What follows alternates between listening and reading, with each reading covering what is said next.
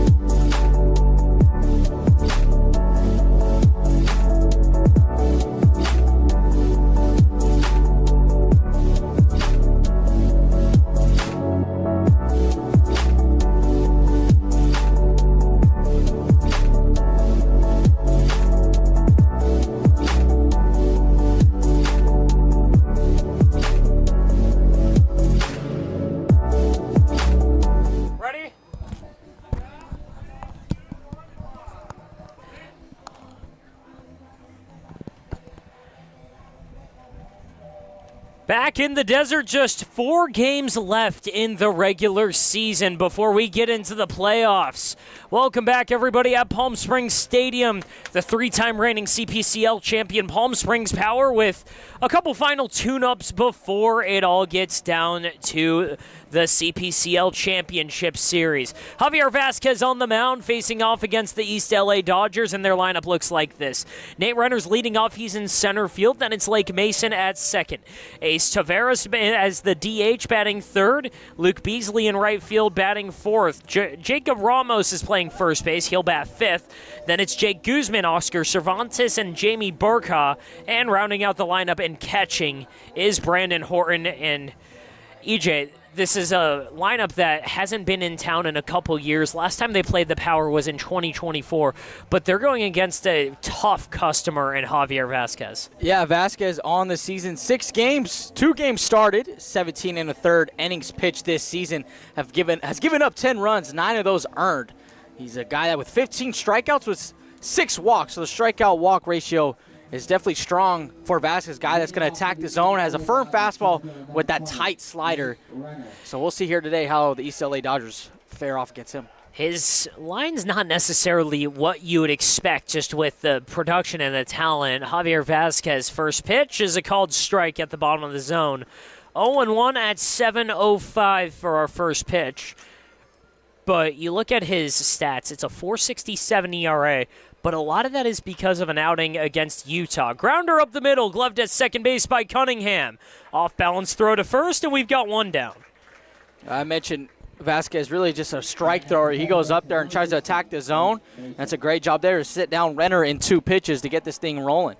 So a lot of the numbers bumping up his ERA because he's done a lot better than a 4.67 would tell. It was an outing on May 30th in the first weekend of the season. An inning and a third, he gave up 5 hits and 3 earned runs. And that's really propped it up. A nice bunt down the third base line. Caden Richards' throw gets away and into the bullpen. Lake Mason will gun in for second. He's there standing after an error. Yeah, that's a beautiful bunt there from Mason. He dropped it down perfectly towards the third base side. Richards was charging.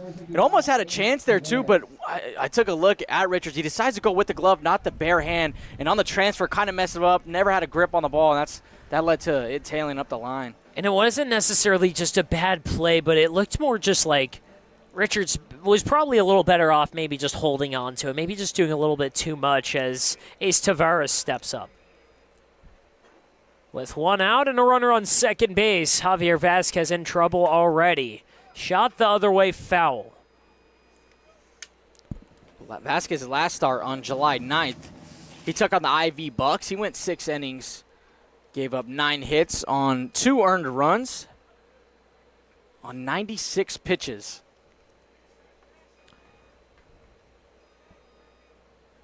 He's set and fires 0-1 pitch inside. It's 1-1. And you mentioned that the 96 pitches, that's the most he's thrown this season, and those 6 innings, his longest outing. But it's back-to-back games where he's gone farther than what he's gone before. His previous high was 3 before the PSCL All-Star game as he gets a swing and a miss there. He had a 3-inning outing against the Alameda Merchants. Then against the PSCL All-Stars, he won 4, last time 6.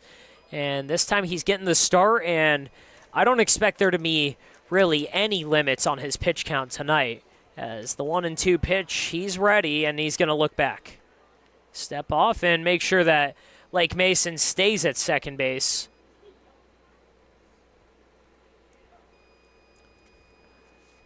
One and two pitch to Ace Tavares, the DH. He fires a slider that gets him at the bottom of the zone. The first strikeout of the day for Javier Vasquez. Well, there's that tight slider that Vasquez just broke out there. It almost started on the back door and came down and got the bottom of the plate. That's a good pitch there. Tavares couldn't even get the bat out to try to spoil that one. Again, last time Vasquez pitched, it was on July 9th. It was last Wednesday on a road doubleheader against the Inland Valley Bucks and Pirates. Vasquez got the start in the first game. That was against the Bucks. They won that 10-4. And then they took out the Inland Valley Pirates, and Pirates took it to the Power, 8 runs in the first 3 innings. The Power shut them down after that, but those 8 runs, a big reason why until the other day, as that's called strike 1 against Luke Beasley. It took until Sunday afternoon for the Pirates to officially be eliminated from the CPCL playoffs. And the Power surely a little bit happy that a team that's taken 3 of 4 against them isn't going to be in their way. Now it's 1-2 against Luke Beasley. Well, now Bucks, they will be facing off against the Ivy Legends, which they've already played twice this season, where the Power are 2-0, but both of those games were come from behind wins. Vasquez trying to put up a clean inning here. 1-2 pitch. Just off the corner. 2-2 now. That is an impressive take there from Beasley. That goes strike, strike, strike the whole way, then finally falls out of the zone. Not sure how he took that one. 2 balls, 2 strikes, 2 outs, a runner on second. Vasquez set, working out of the stretch. He fires, and a swing and a miss there. Vasquez sets down a pair. He allows 1 base runner. It was an error on Caden Richards, but he strands a runner on second base. To the bottom of the first. Think of the highest quality you can imagine. Now, think higher.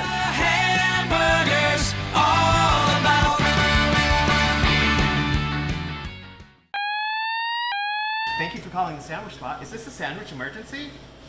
It's a sandwich emergency! Great sandwiches made with love. The Sandwich Spot. Love all, feed all. Located in downtown Palm Springs inside of the Henry Frank Arcade. Jessup Auto Plaza has been proudly serving the Coachella Valley since 1938 as your trusted family-owned auto destination. Now, electrify your drive with the Valley's most extensive range of electric vehicles. Drive the Chevrolet Blazer, Equinox, Silverado, the powerful GMC Hummer, Sierra, and the distinctive Cadillac Lyriq. Silent power, bold performance. Electrify your drive. Jessup Auto Plaza. Since 1938, the EV brands you love, the family you trust.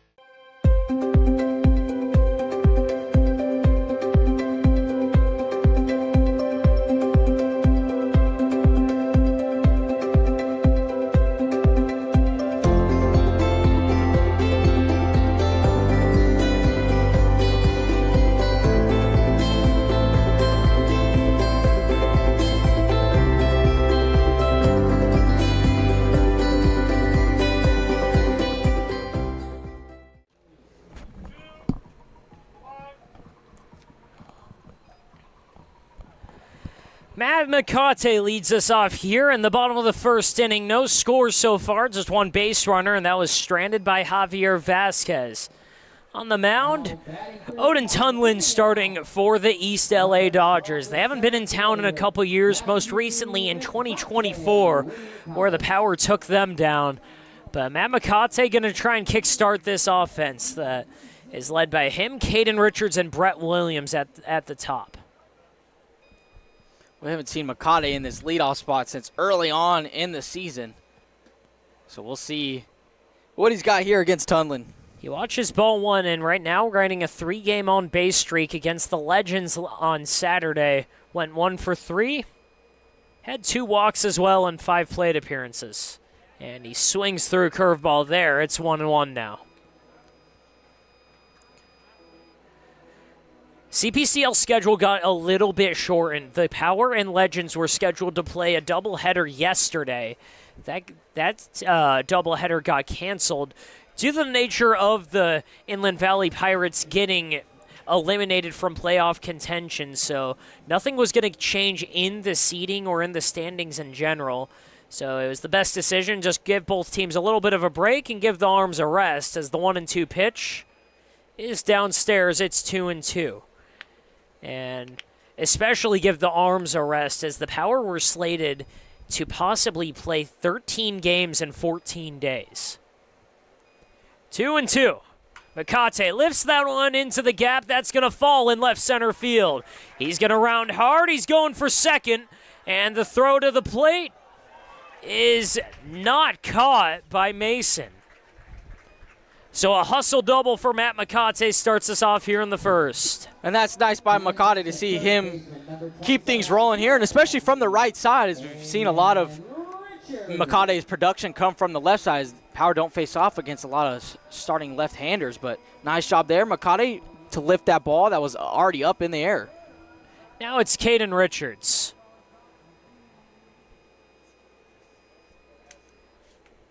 This is a guy, Bucks, they really want to get going again.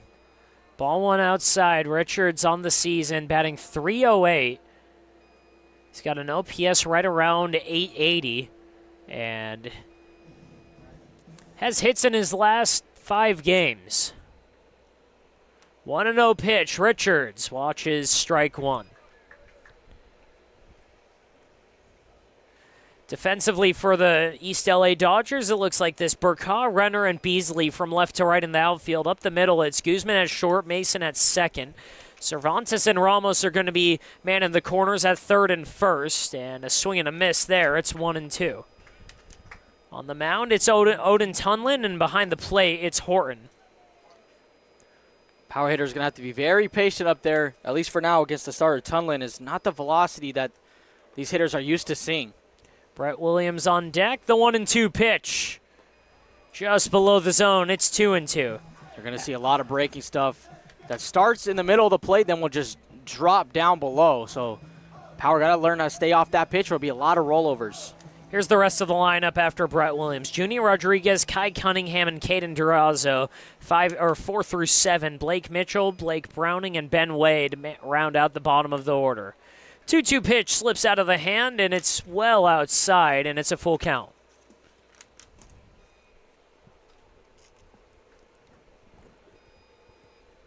Back-to-back deep counts starting off the Power here in the first. A 5-pitch double for Matt McCate, and Caden Richards in a full count here. He floats that one out to center field. Going back is Renner. He's twisting around. That's over his head. Bounces off the wall. It's going to score Matt McCate. An RBI double for Caden Richards. It's 1-0 Power. That's what we like to see there from Richards, working middle away. Got a ball right in the heart of the play and sent it right back where it came from. And right now, that wind blowing that ball out towards the wall as that one went for a ride. And we saw the center fielder, Renner, just absolutely turn the hips and run for that ball. Brett Williams creeping his way up the lineup. He's typically been hitting 4th or 5th just to be in the heart of that order. Today batting 3rd, and he's the DH.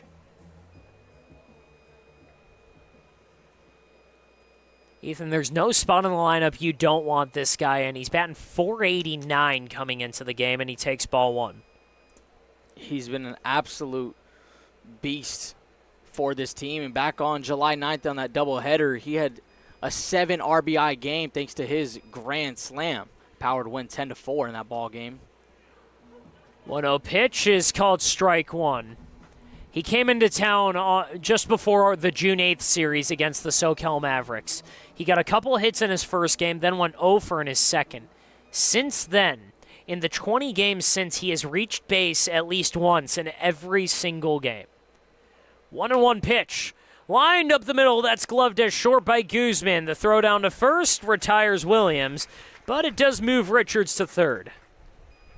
Maybe that's like the underrated thing that people maybe don't see about Brett Williams because they get so in awe of his numbers, and they are very, very standout numbers. Not taking away anything from that, but just the discipline and the pro at bat and the mentality that he has, quality after at bat, is very underrated.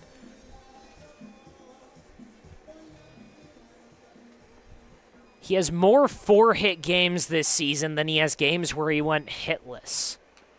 A check swing there by Junior Rodriguez. That's a swinging bunt. He's running down to first, and he's out at first. 1-3 on the putout for Junior Rodriguez. We'll get into more of his heroics later in this game, and now it's Kai Cunningham. Well, Tunlin will indeed take that as his defense was playing back. Going to surrender the run, but Rodriguez check swings and just gets a piece of it. That's an easy ground out there to keep the runner from scoring. Kai Cunningham getting the start at short today, looking to really jumpstart the end of this season with the bat, batting .214 in this campaign, a 714 OPS, in a large part because he's gotten on base at a 500 clip, but he swings through that pitch and he's down 0-2. He's played 5 games with the Power. He's gone on in every single one. Something that Cunningham does so well is working those walks. 0-2 pitch, up and in, it's ball 1. You mentioned it, in just 14 at-bats, he's got 8 walks. He's only struck out 4 times. Just looking up those hit numbers. 1-2 pitch. Cunningham watches down low, it's 2-2.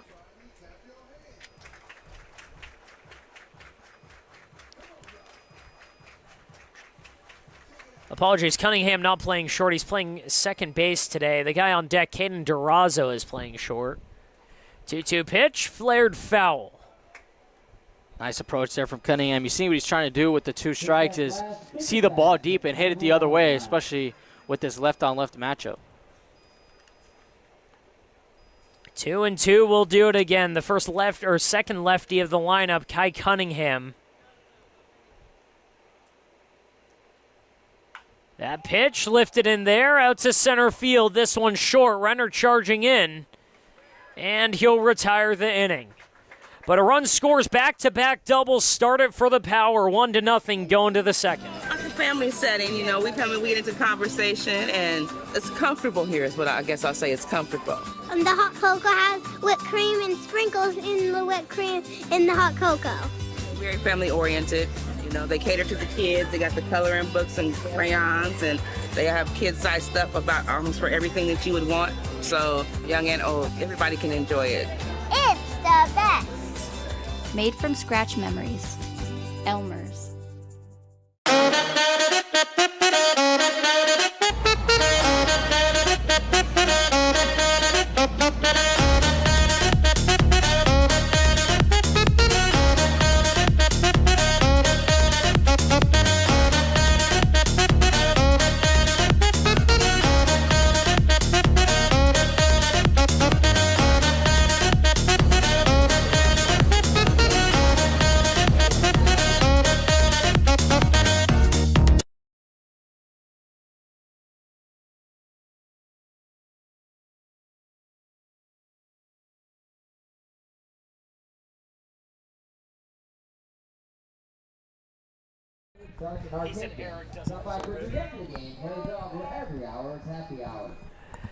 Top 2 at Palm Springs Stadium. It's going to be 5, 6, and 7 due up. Jacob Ramos starts us off 1-0 Power after a couple doubles by Makate and Richards. Javier Vasquez back out on the mound after what was a pretty quick first inning. First 2 batters only lasted 3 pitches, and then he struck out the next 2. 0-1 on Jacob Ramos.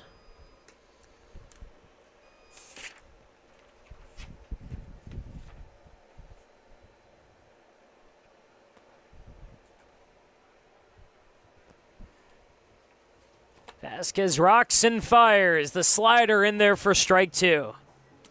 That back door so far been very effective for Vasquez. We'll see here if he starts breaking in that back foot slider soon. 0-2 pitch. A swing and a miss there. It looked like he might have got a piece of it, but umpire signals that it's a strikeout, so down goes Ramos. He indeed. Ramos did get a piece of that one, but it was caught on the other side by his battery mate, Ben Wade. Great job there to hang on that one. So tough when a hitter makes contact with that ball to stick with it.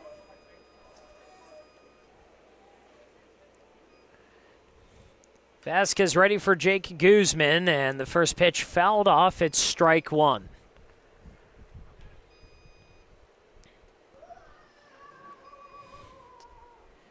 Oh and 1, 1 out. Vasquez trying to make quick work. Last time against the Inland Valley Bucks, a swing and a miss there. It's 0-2. Vasquez was incredibly efficient. Again, only 96 pitches to get through the first 6 innings, and he did that while working from behind. He allowed a run in the first and 2 in the third, but after that, 3 straight scoreless innings to give the offense a chance to go to work and put up a 7-run bottom of the 7th. 1-2 pitch. In the dirt, 2-2. Well, Apologies, it was top of the 7th. You'll indeed take that outing from Vasquez, especially like working from behind. But obviously here tonight, looking to make this one a little bit more sharper. Maybe have the lead. His power already gave him the lead in the first. 2-2 pitch. Big swing there, and another strikeout. Vasquez rolling. That's his 4th. Now that's 4 in a row for Vasquez as well, dating back to last inning. And it's not the exact same thing, but it's a fairly similar just look to what he had once he settled in that first game. Again, he didn't necessarily blow up or anything, but 3 runs in the first 3 innings. The offense did manage to make it a tie game, but he became a stabilizing force after that. Again, just keeping that game tied, keeping that game where it was until that offense went to work. And the 1-0 pitch to Oscar Cervantes. Popped in there. It's going to be a tough play from Vasquez down to first. He got him. Vasquez doing it on his own here. He records all 3 outs in the second. To the bottom of the second, it's 1-0. Power on top. We'll have Management Trust is a 100% employee-owned company. Every employee has a vested interest in providing memorable experiences to every homeowner and board members of HOAs. It's a very powerful thing. No homeowners association is too small or too large for us to manage. From community maintenance services to customized absentee home care, the Management Trust provides just about every service any homeowner could ask for. Hi, I'm Damien with the Management Trust. We're a community management built differently for your homeowners association. To find out how, give me a call. Outdoor living in the Coachella Valley is spectacular, and Tessera is the premier builder of outdoor living spaces in the desert. Nobody does it better than Tessera. From one end of this valley to the other, from Palm Springs to Rancho Mirage, Palm Desert, to Indio and La Quinta. For 35 years, we've created the ultimate in outdoor living, landscaping, pools, and patios, so you and your family can enjoy each other. Live well. Live Tessera. Quality first. It's quite a philosophy to live by. But world-class ingredients are the foundation of great meals. And we wouldn't have it any other way. At Kaiser Grill in downtown Palm Springs, we believe you deserve the best. So whether it's dinner for 2 or a celebration with 200 friends, quality is our promise to you. Because quality is king. Quality is Kaiser.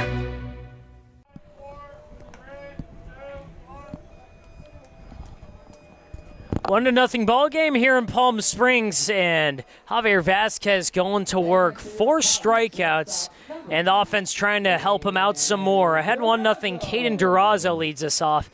And Ethan, that backdoor's been paying dividends with that slider. Yeah, the backdoor slider has been setting up everything else, or you could say the fastball setting up the backdoor. Honestly, when you're attacking outside part of the plate, dotting up that firm fastball, then all of a sudden, you're thinking, oh, slider, he missed. And it comes in and catches the bottom or the outside of the plate. That's a tough look there for the hitters. And a guy who's going to try and give a couple tough looks. Odin Tunlin starts off 0-1 on Caden Durazo. And it's not necessarily the same kind of octane stuff as Javier Vasquez, but Tunlin's going to show off a couple different looks. He's already shown he's dropped his arm angle once or twice before, and we've seen 3 or 4 different pitches. So 1-1 to Caden Durazo. That pitch called strike 2. Durazo's been solid in limited time. He's only been here for a couple weeks, but in 34 plate appearances, a .258 batting average, and he's gone on at a .324 clip. 1-2, and he gets a piece of it to stay alive. A guy, too, that has been fielding that shortstop position ever so well since he's got here. That's been part of the massive value that he's brought. It's been a bit of a revolving door in the middle infield with the combinations and just trying to get certain guys to work or not work at shortstop. And since Durazo's been there, he's taken the most of the starts. A foul ball that's going to go out of play. It'll stay 1-2. And in all of Durazo's games this season, all but one, he's reached base. So normally we see Durazo more towards the bottom. Today he's at the 6th hole, but usually we'll see him at anywhere between, probably usually sitting at the 7 or 8 spot. And he's been especially good lately, riding a 4-game hitting streak. 1 and 2. Flares it the other way, but it's foul. Early on, though, a lot of deep at-bats, a lot of long, drawn-out at-bats against Odin Tunlin so far. We've already seen 3 2-ball counts, and even though it's a 1-ball count here, this at-bat approaching its 7th pitch. Well, that's what this power offense does so well, Bucks, is get deep in those counts and make those pitchers come to them. 1 and 2. Durazo pops it up above the infield. Will it go out of play? And it does. Oh, Bucks, I got to tell you, when you're a hitter and you pop that one straight in the air, you are praying that ball gets wind and gets out of play. That's got to be one of the worst feelings, is a fly out in foul territory. Usually I was just praying I got walked. All right. 1 and 2 on Durazo. Nobody on, nobody out. Bottom of the 2nd. A swing and a miss. He'll go down on strikes. Yep, he changed the eye level there on Durazo. Everything with Tunlin usually breaking down, so he decides to go with the heater upstairs. He gets Durazo to swing and miss. Blake Mitchell steps up with 1 out and nobody on. Blake Browning on deck. Mitchell's another guy who's been pretty impressive in limited time. He's only been here a couple weeks. Still looking to get it going with the bat, though, and he'll take that one right off of him, and he'll take first base. So only 1 pitch to Mitchell. He'll take first base after getting hit. Now Blake Browning coming up. Now what Tunlin is looking for there after getting the leadoff man, Durazo, to strike out. Don't want to come back with the first pitch hitting Mitchell. For Blake Browning, it's been relatively limited playing time, but hits in his last 2 games. Both of them off the bench, though. He's got 1 out and 1 strike on him as the fastball's over the plate.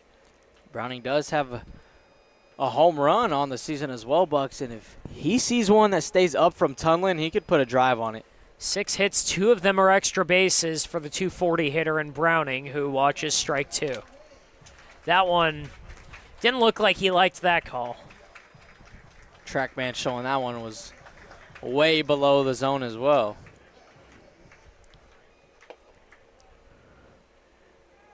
Oh, and 2 pitch. Runner going. Browning watches upstairs. The throw down to second. Not particularly close. A stolen base for Mitchell. Looked like Mitchell was going on first move there. Right when Tunlin lifted that leg, he was off and running. If Tunlin was there, or excuse me, if Tunlin was looking, he could have picked that leg up and threw it over to first to get an easy pick off there, but don't think he had any eye on Mitchell. 1 and 2 pitch for Browning. Popped up, and that's going to go out of play, foul. That's what gives you the advantage as a lefty pitcher, is you can lift that leg up, going plate, but right when you see that runner lean, you can abort last second, pick over. Still 1 and 2 to Blake Browning. Here's the pitch. Runner going. That one way outside. And on 2 of the last 3 pitches, Blake Mitchell with a couple stolen bags. 2 and 2 now to Browning. On the season, Browning 13 strikeouts. He's got 4 walks, 6 hits, and again, one of them a long home run. That was against the Inland Valley Pirates on June 19th. Corks that one in the air, but it's way high, and it's going to go out of play again.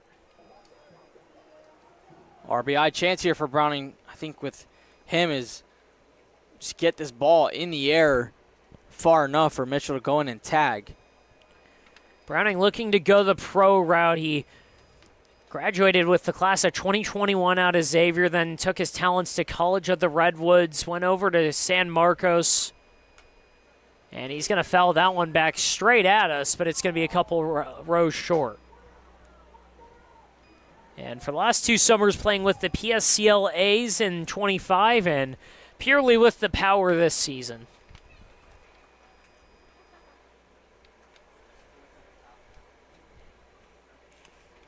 Two-two pitch. Browning watches ball 3. Here's one of those another long ABs, Bucks, that you had brought up earlier, and Power continued to work the pitch count of Tunland.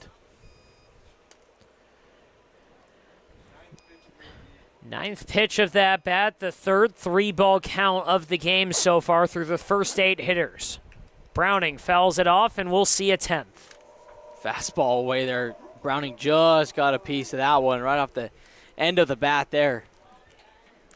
So it started off with an 9-pitch battle with Caden Durazo. That resulted in a strikeout. Now we'll see pitch number 10. 3-2. Browning fights it off again, and there will be an 11th.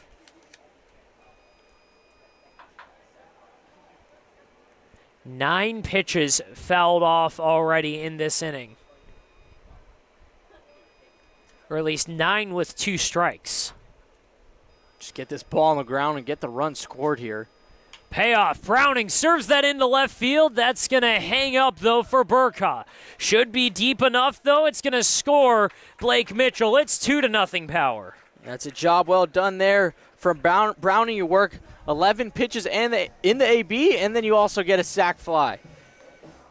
I know he's gone 2 outs on the long at-bats, but so far it just doesn't look like Odin Tunland's. It looks like he's having a hard time putting hitters away. Yeah, and against a Power team, that's going to be rough. Is when you don't have that strikeout stuff to retire these hitters, eventually you're going to run in to some barrels, and eventually they'll start figuring out in the middle innings. Now it's Ben Wade, who recently committed to Colorado Christian College. Getting the spot start here. First game since June 30th against the Alameda Anchors. 1-0. Wade hits that one into center field. That's down for a hit. A 2-out knock for Ben Wade. Flips the lineup. Now it's Matt McCate. That's a great piece of hitting there from Ben Wade. Inside-out swing. Battles it through to get it up the middle to flip the lineup back over the top with 2 outs. First hit for Wade since June 8th against the SoCal Mavericks. That was a road trip they took. The first of the season. It was a doubleheader against the Mavericks at Canyon High School.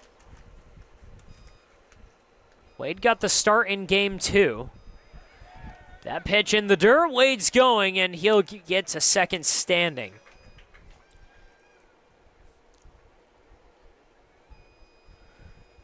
So a wild pitch allows Ben Wade to reach second. And McCate ahead 1-0. With 2 outs and a 2-run lead, McCate, who doubled to lead off the ball game, cranks it down the line but foul. It's 1-1.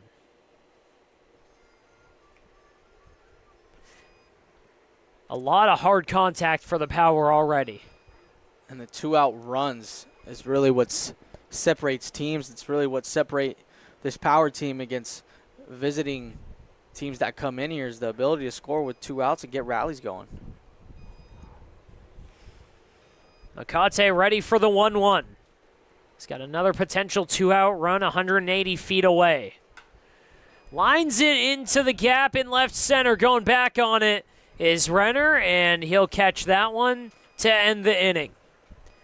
So another run on the board for the Power. A sac fly from Blake Browning plates Mitchell. For 20 years, our family's mission has been simple.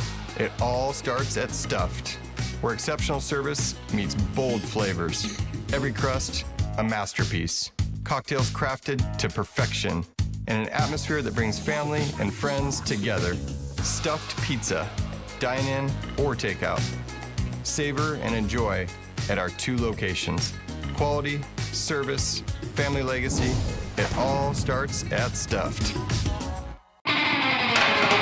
Whenever you find yourself hungry for something real, simple, and true, we're here for you. That's what a hamburger's all about. Monster Shakes, the best ice cream creations in the desert and only place in the world that serves all 10 flavors of Dole Soft Serve. The winner of the best soft serve and smoothies, home to the world's best date shake and other fun creations like ice cream nachos and the cotton candy burrito.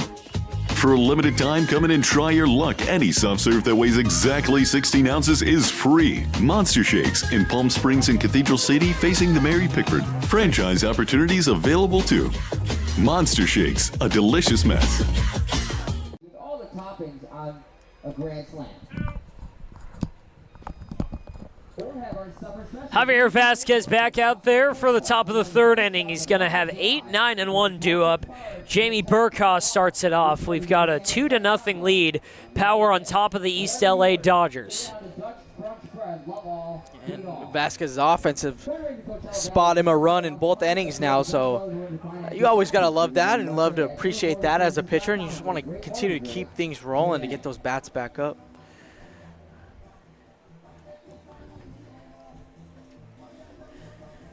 And so far, every time he's gotten the bats up, it has worked to just about as perfectly as you would want. First pitch, called ball 1 to Jamie Burkhaw. Power went to the bat rack in the first inning and ripped 2 doubles right off the bat. Caden Richards drove in Makate to start the scoring. And then Blake Mitchell got hit, and Blake Browning didn't even need a hit to score him. Mitchell stole 2, and Blake Browning drove him in on a sac fly. So on 3 hits, a 2-run lead, and Vasquez has got to work from behind now. It's 2-1.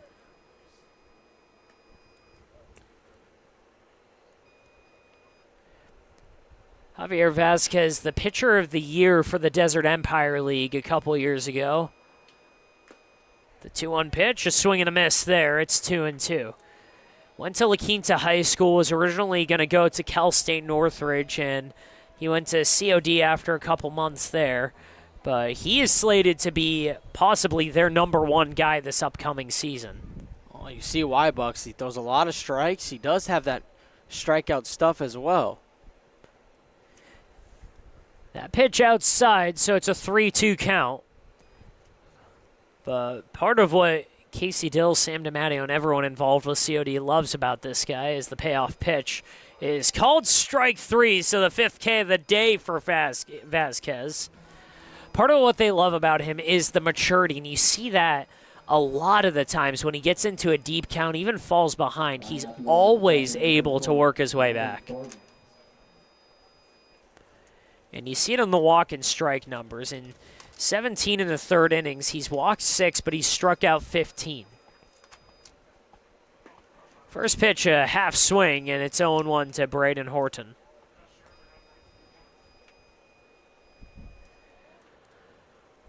After Horton, it's going to be Nate Renner, the leadoff man.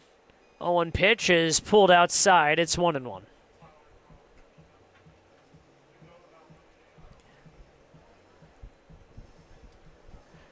For Vasquez, giving the power bulk here would be massive. Not only do you protect the bullpen, but it also lines things up perfectly for the playoffs. Ground ball to second. It makes the first baseman Rodriguez dive, but the wide throw from Cunningham is corralled, and there's 2 down. Yeah, second baseman there, Cunningham, might have to owe Junior Rodriguez maybe a little dinner after the ball game there, as Rodriguez just saved Cunningham of a throwing error there. Nice job by Junie to get full extension, keep that foot on the bag as well. You mentioned full extension. I mean, Junie was laying down. You couldn't get more extension if you tried there, and it's strike 1 for Nate Renner. What is that worth, Bucks? A burger? It's at least worth a burger. Cunningham's got to hook him up. At least a beer. Oh, you'll definitely take that's cheaper too. 0-1, 0-2 very quickly after the swing by Renner. Junie saves Cunningham an error, and more importantly, saves Vasquez a base runner. And the 0-2 pitch runs inside an 85-mile-an-hour fastball. It's 1-2. So you showed him that fastball and made Renner jump out of the way there. I like going to the slider down and away. Will he go with it out of the windup? 1-2. He pulled the slider. It's in the dirt, but the swing and a miss has him running to first, and Ben Wade finishes the out. So a couple more strikeouts, bookend Ks for Javier Vasquez. He is cruising through this one. And through the top of the third. Think of the highest quality you can imagine. Now, think higher. Hamburgers, all about. Thank you for calling the Sandwich Spot. Is this a sandwich emergency? It's a sandwich emergency! Great sandwiches made with love. The Sandwich Spot. Love all, feed all. Located in downtown Palm Springs inside of the Henry Frank Arcade. Jessup Auto Plaza has been proudly serving the Coachella Valley since 1938 as your trusted family-owned auto destination.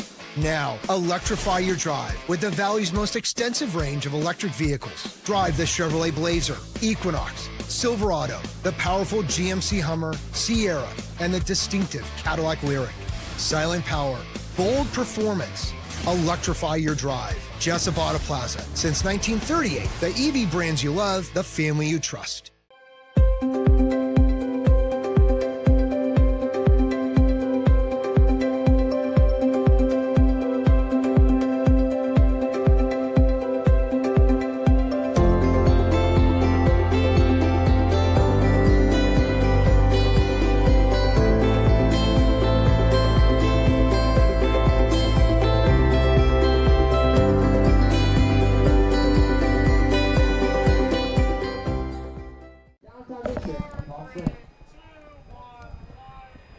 Two to nothing power over the Dodgers. It's the bottom of the third inning. Caden Richards leads us off. He ripped that RBI double in the first to start the scoring off. Drove in Matt McCate, and the first pitch here, he watches a slow breaker downstairs for ball one. That was a nice piece of hitting back in his first AB in the first to drive one out to deep center, and that's what you love to see, even with a guy like Tunlin who's not throwing with high velocity. Don't try to get ahead of yourself and pull away. Stick to that same approach. Pulls the string on it there, goes with the changeup and gets a called strike. That one just a little bit inside, but you mentioned that velocity difference, Ethan, and it might be possibly playing to his advantage. Oh, 100%. I said in the beginning, the power not used to, this velocity from Tunlin, usually high 80s and things like that of sorts. So Tunlin, too, he could use that advantage to keep dropping in those breaking balls that start in the middle and go out of play. 2-1 lifted high in there, but that's going to go out of play into our stands.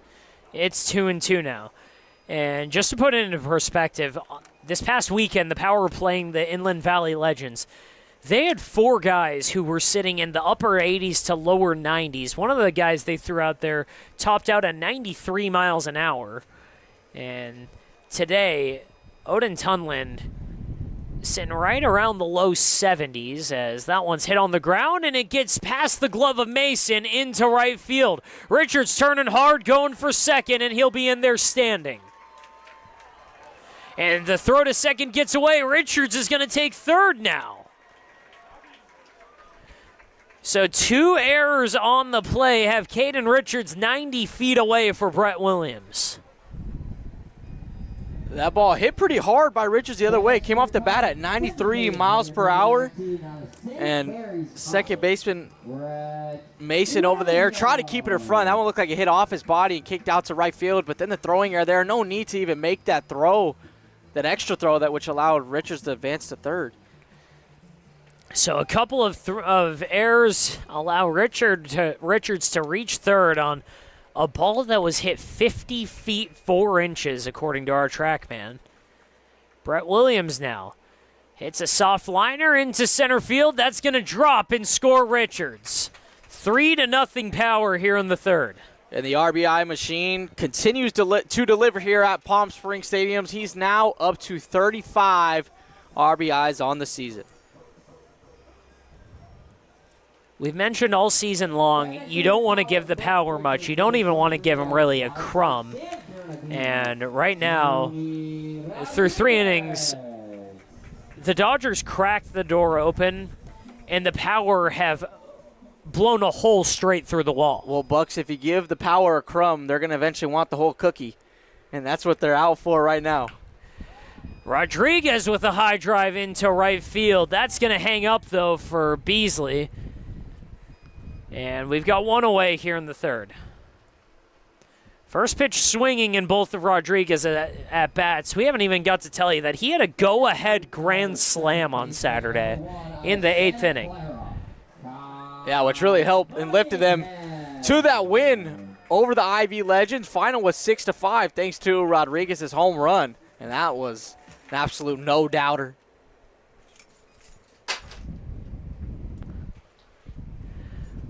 One out, and Kai Cunningham watches that pitch get all the way to the backstop.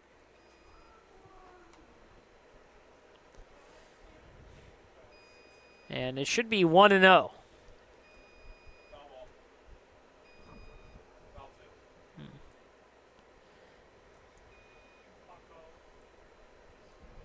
On one pitch, runner going, and that one up and in. It's 1-1 now. Williams takes second, and they don't even try there. As the speedy Brett Williams swiping a bag, as my friend JG would say. 1-1. Lifted above the infield, coming in the shortstop, Guzman, and that ball's going to fall. Nobody's covering third base. Williams in there safely. Runners on the corners now for Caden Durazo. You saw that one had trouble all over it once it went in the air. It was popped up right behind the pitcher's mound. And that one's either going to die, fall short, or it was all up to Tunlin to try to make a play.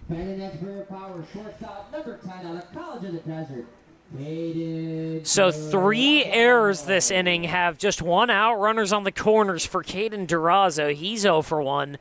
But that was 0 for 1 on a 8-pitch at-bat. And it started what was really a marathon of a second inning, considering the fact that only 5 batters came to the plate. But an 8-pitch at-bat for Durazo and an 11-pitch marathon of an at-bat for Blake Browning. Really just extended and rode the brakes off of Odin Tunlin. But it's 1-1 now on Durazo.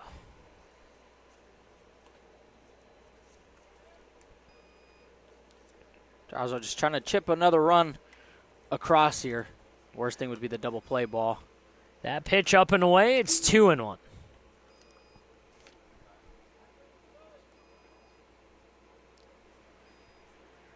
Dodgers defense are playing at that double play depth, so maybe hit one to the right side and make a move. Runner going, that pitch is going to hit Durazo, so he reaches the hard way.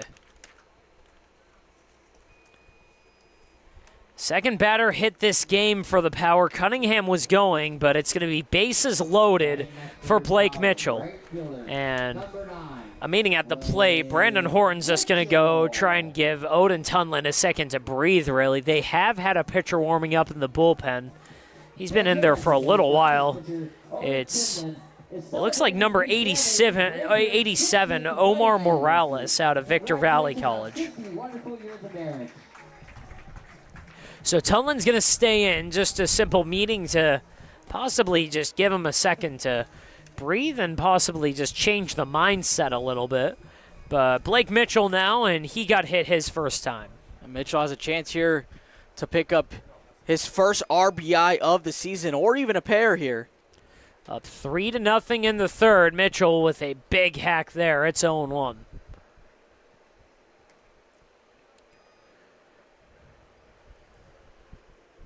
Nice start there to the AB from Tunlin. Bury that fastball inside.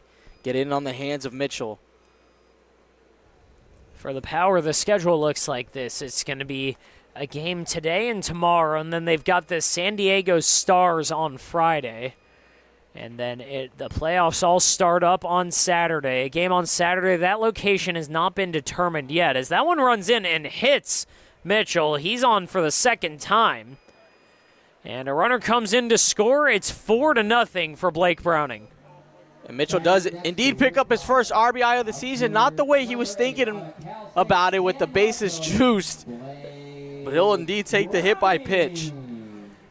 So Mitchell to first, Cunningham to third, Durazo up the middle at second. And a dangerous hitter in Blake Browning here. because when he connects, Ethan, it's harder contact than a lot of guys on the team. Oh, I said it in his first at-bat. If Tunlin leaves anything up to Browning, it could be dangerous what Browning does to this baseball. He's got just one out infield playing in, ready for a double play, and Browning's going to serve that over our press box. Yeah, that was the pitch right there that Browning probably wants back. That was the lower half of the plate, but those ones sometimes the easier ones to take out of the yard.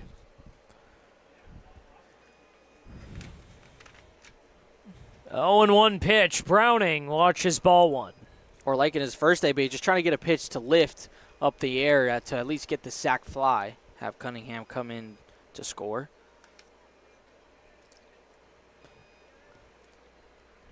Tunlin fires. Browning watches ball 2.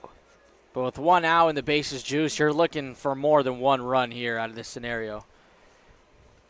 For the Power, again, after the game against the San Diego Stars, the CPCL playoffs against the Legends, Game 1 location has not been determined, but Games 2 and 3, if necessary, here at Palm Springs Stadium. Going for 4 in a row. They've won 2 on the road. The first one at Cal Poly Pomona. That was against the Inland Valley Pirates. Number 2 was against the San Diego Waves at Azusa Pacific. The 2-2 pitch fouled off, and we'll do it again. A walk-off home run for number 2 at Azusa Pacific, and then number 3 last season at home with Blake Conrad, and a walk-off single in the 10th to knock off the Inland Valley Bucks. 2-2 pitch. Called strike 3. That pitch down and in, and Browning didn't offer at it because, frankly, that one, according to our TrackMan K-Zone, looks like it missed the zone. Well, that one dotted in a good location, too, down at the knees of Browning. If anything, that's the pitch you want for Tunlin, is to bury it inside, and if he's going to get to it, then you got to just tip your cap. But that one, Browning couldn't get the bat off his shoulders. So a nice pitch there. Browning 0 for 1 today, but he does have the RBI. Now Ben Wade slaps it on the ground down to first. Ramos will take it himself. We're through 3, another pair score for the Power. It's 4-0. We'll be right back. There's something winning in the Agua. Catch all the action at 360 Sports at Agua Caliente Casinos. Watch your favorite teams on our giant wraparound screens. See live scores on the LED sports ticker. Win big with our bar top games and enjoy great twists on bar food favorites. And with 3 premier casino locations, 360 Sports is the ultimate fan experience. For more information, visit AguaCalienteCasinos.com. Across the Coachella Valley, you'll find our communities powered by short-term rentals. These rentals bring visitors and dollars to the region. Whether attending events, checking out the art scene, or dining at restaurants, when they spend money, we all score. The nearly $1 billion impact of short-term vacation rentals generates tax revenues that fund police, firefighters, education, and many other programs that improve our daily lives. To learn why short-term rentals are a grand slam for the home team, visit onecv.org. Shopping for car insurance is confusing. Holy cow. Great. Now we have a cow in our kitchen. Why did you say that? Because I don't know what coverage to choose. So just say the State Farm jingle. A State Farm agent can go over all your options with you and help choose coverage that meets your needs. Dude, cow, could you move? Like a good neighbor, State Farm is there.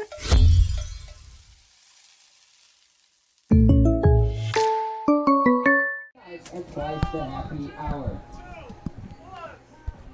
And your attention, please. We would like to give Top of the 4th inning in Palm Springs Stadium, a 4-run lead. Javier Vasquez back out on the mound. East LA Dodgers going to send out Lake Mason to lead it off. Then it's Ace Torres and Luke Beasley, 2, 3, and 4 of their lineup.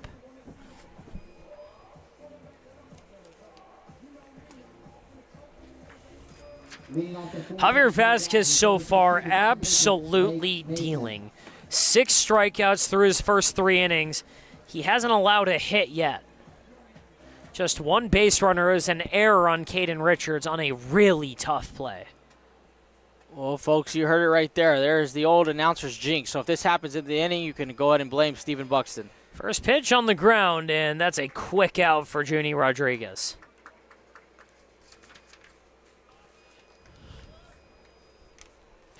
Up next, Ace Taveras. Right next is designated hitter number 55, Ace Taveras.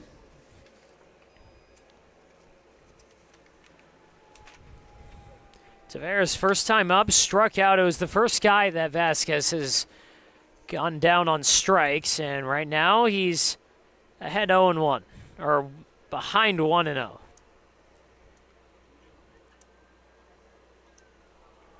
One 0 pitch. Fouls it off. It's 1-1.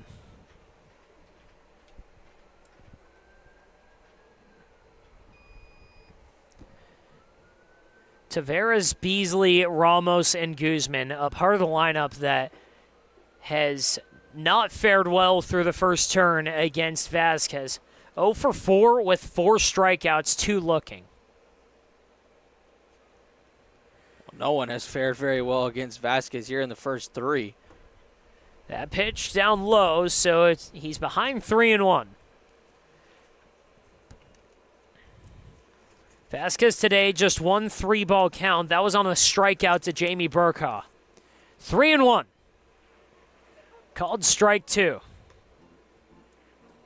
Now that with that setup pitch there, it is a risky pitch, but if you go ahead and go with that backdoor breaking ball, you can pay dividends here.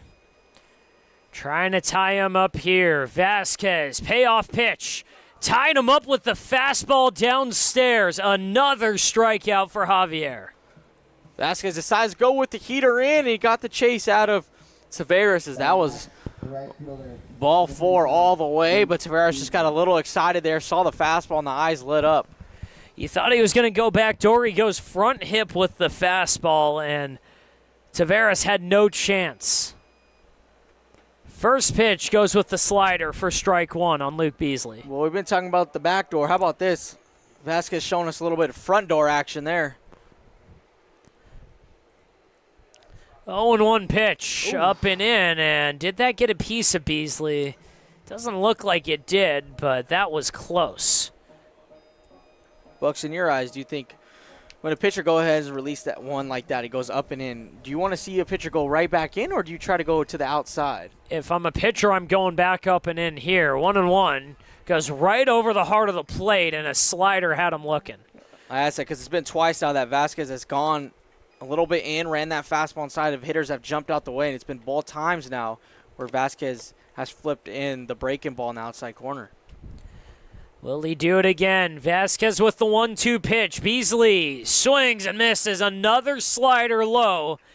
And 8 Ks through the first 4 innings for Javier Vasquez. Quality first is quite a philosophy to live by. But world-class ingredients are the foundation of great meals. And we wouldn't have it any other way.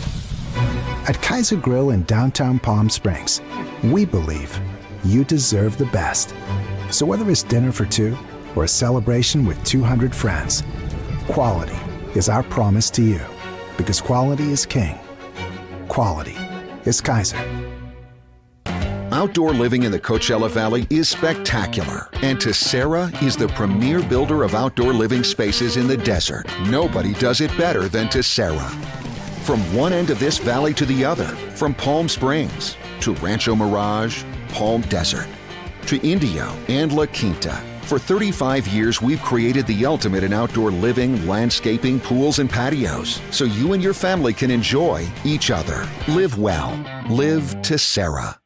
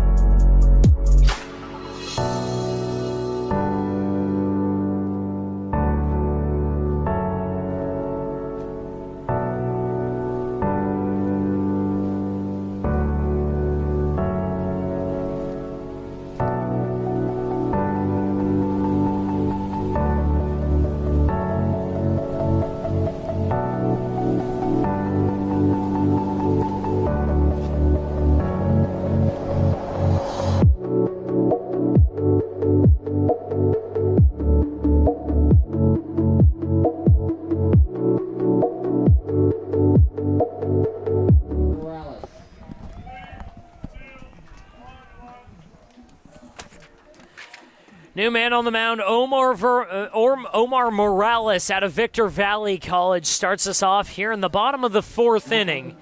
And he's going to go right through the top of this power lineup. The leadoff man, Matt McCate, starts off the 4th. McCate 1 for 2 with the double and a run scored. First pitch, a fastball for strike 1. Now we'll get McCate. We'll see him flip over to the left side now. His first 2 ABs were from the right side. He's facing off against the lefty pitcher, Tunlin. So for Tunlin, he faces 18 batters. He makes it 3 innings, allows 4 runs, 3 of them earned. And he hands it off to Morales, who's ahead of McCate, 0-2. Morales, now your job is to try to just keep the Dodgers in this game for as long as possible. Right now, Tunlin in line for the loss if the score holds. McCate trying to make sure of that. Drives one on the ground to short, and a quick throw from Guzman puts down McCate, 6-3 on the putout. Well, that's a good start there from Morales. He says he's getting the heart of the order from the power here. McCate just grounded out, and it's Richards up to bat now. Then he has Brett Williams behind. Caden Richards been on both times, but he's 1 for 2. Had an RBI double in the first and got on in an error. Reached third base on a second error on the same play. With 1 out, Richards watches strike 1.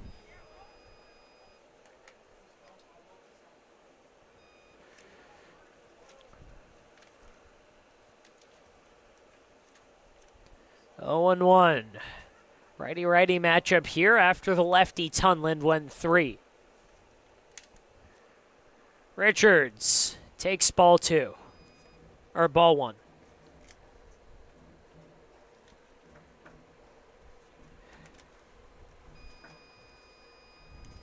So far in this power lineup, just 2 hitters have not reached base yet. Blake Browning, who got an RBI on a sac fly, and Junior Rodriguez. Ground ball to short, bobbled by Guzman, an off-platform throw. Pulls Ramos off, but he'll tag Richards for out number 2. So far, Morales has got his left side of his infield working here. Shortstop Guzman is 2 up, 2 down now.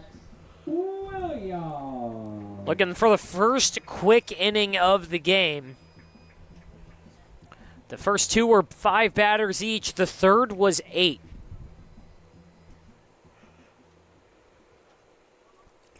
Brett Williams trying to prevent that.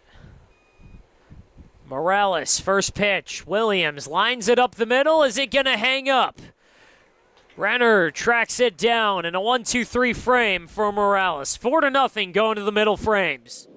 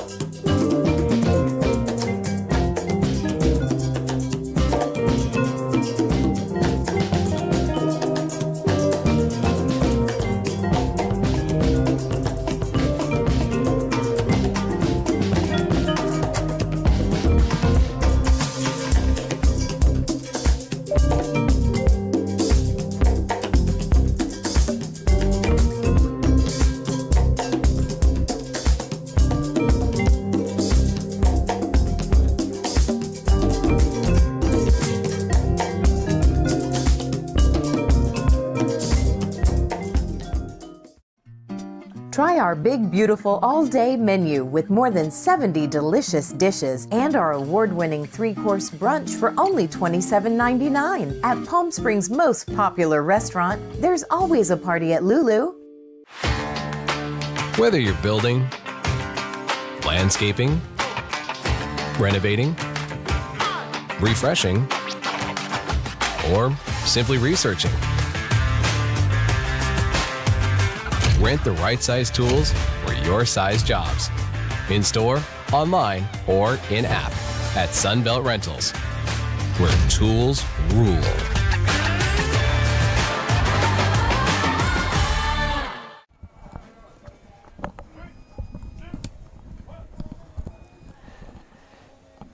One of just a couple reigning CPCL champions coming onto the mound here in the 5th. Andrew Baltazar takes over after 4 nearly flawless innings from Javier Vasquez. Didn't allow a hit. He struck out 8.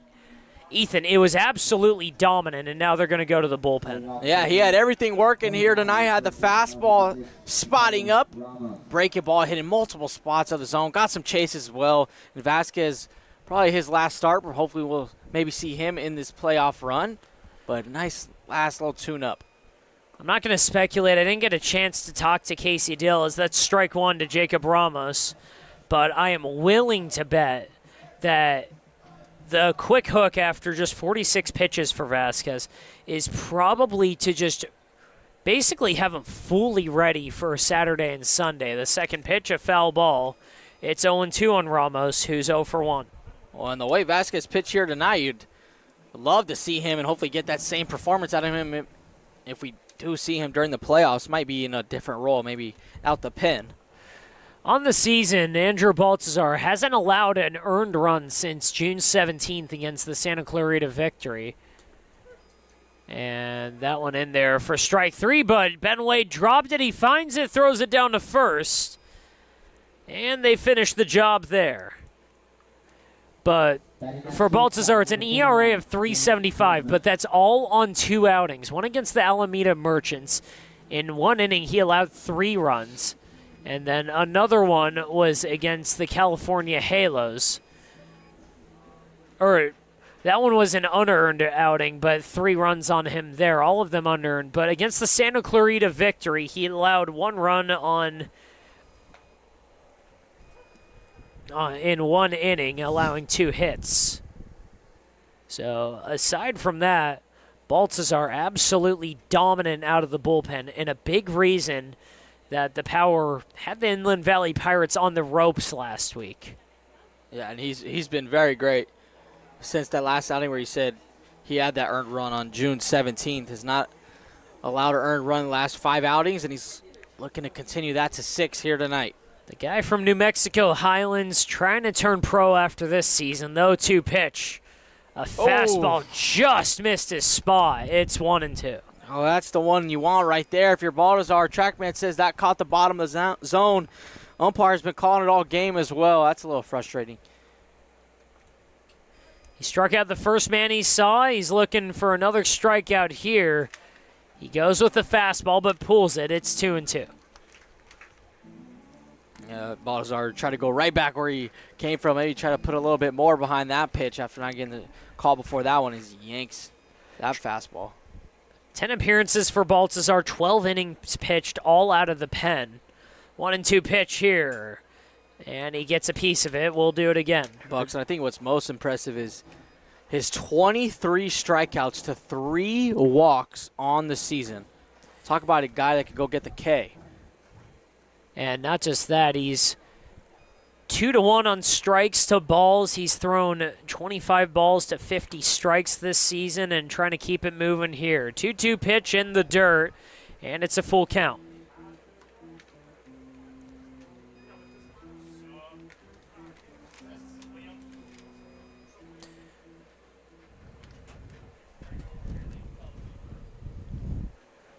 Baltazar played a big role in the Powers Championship last season to make it 3 in a row. He's going to be a high leverage arm for number 4. A swing and a miss at a fastball over the plate. Baltazar blew it by him, and he's blown the first 2 hitters away. And Baltazar pumped up a little bit more gas on that one. That one 87 out of the arm of Baltazar, and he was just telling him, all right, I'm going to come right at you with the full count, and got Guzman swinging. So he struck out Ramos and Guzman. Now Oscar Cervantes trying to get something going with 2 outs.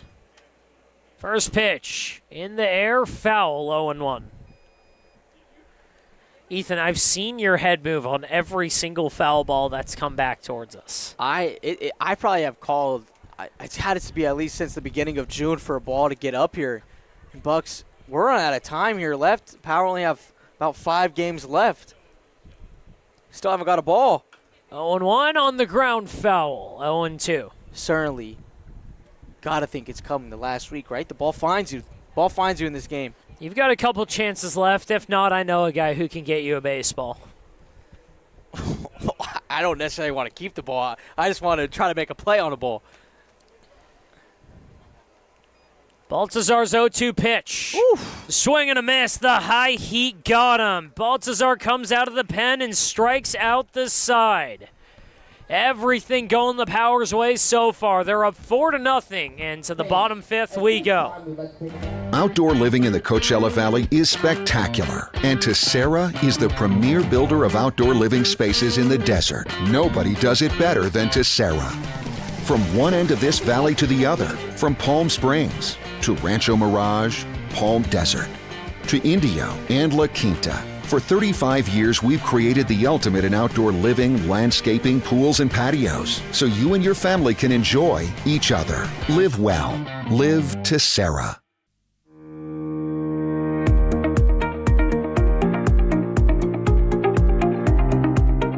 Hello, Power Baseball fans. At SBMP Attorneys, we believe in the power of community. And that's why we proudly support the Palm Springs Power, our hometown baseball team. After a memorable championship season in 2024, capping off the team's 20th anniversary, we're all very excited about the 2025 Power team. SBMP Attorneys and the Palm Springs Power are 2 teams that are committed to excellence, community, and the spirit of winning. We'll see you all at the ballpark.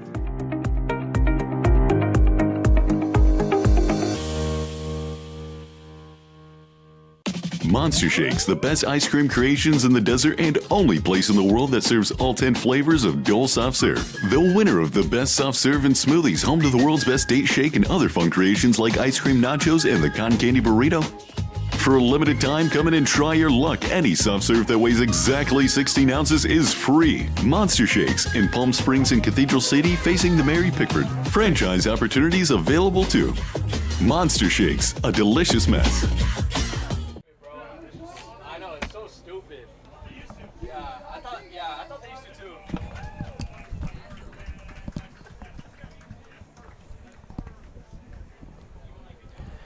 Junior Rodriguez leads us off here in the 5th. He's 0 for 2, and he's only seen 2 pitches tonight. Welcome back, everybody. Here at Palm Springs Stadium, Stephen Buxton, joined by Ethan Olivares. And if it sounds like I'm trying to be a little short with Junie, that's because this is the first pitch he's actually taken tonight.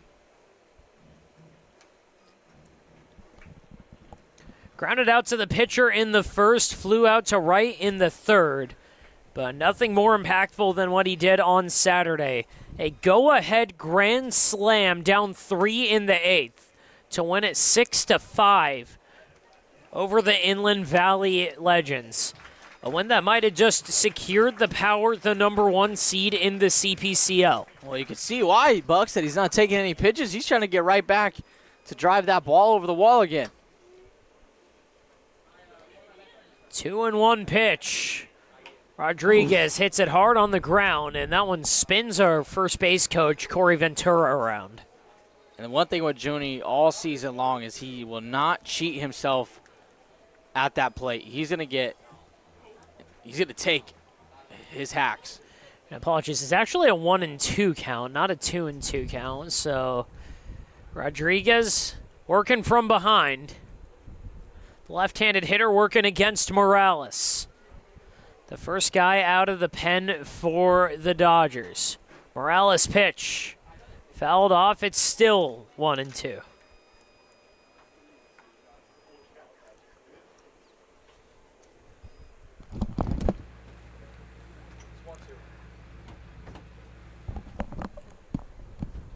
A little bit of a break to adjust the scoreboard. They had it as a full count.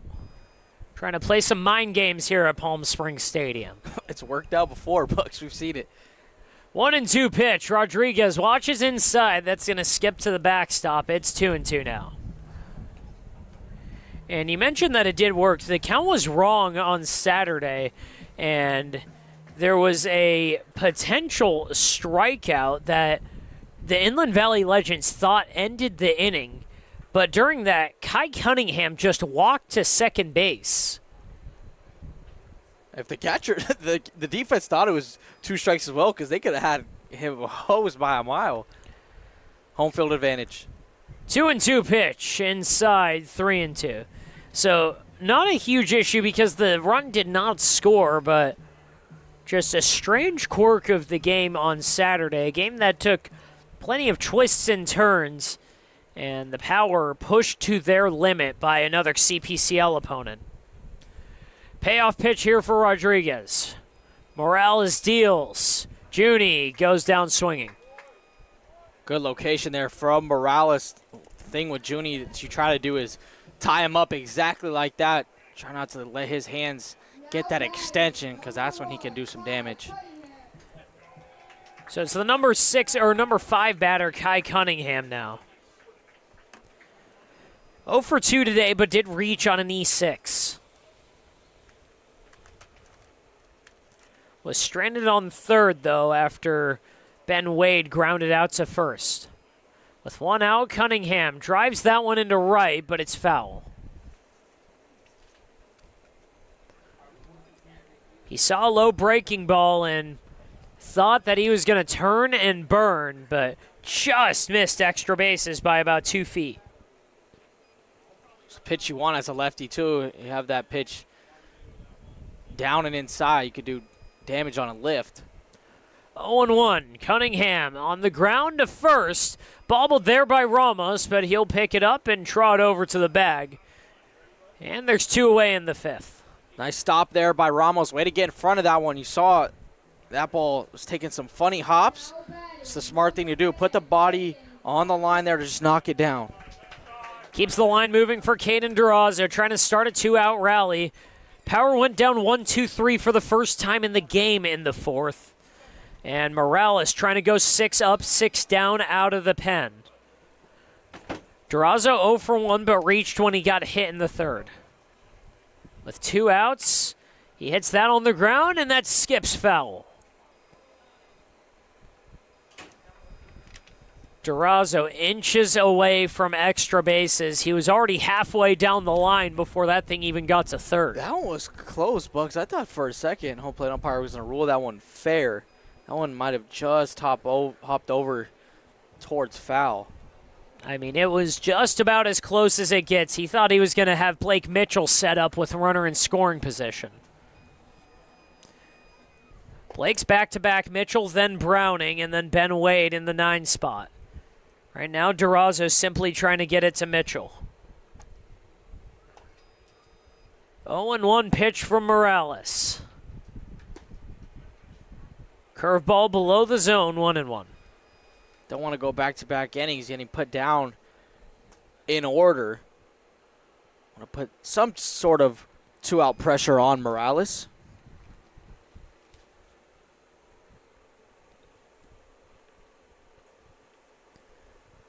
One and one pitch.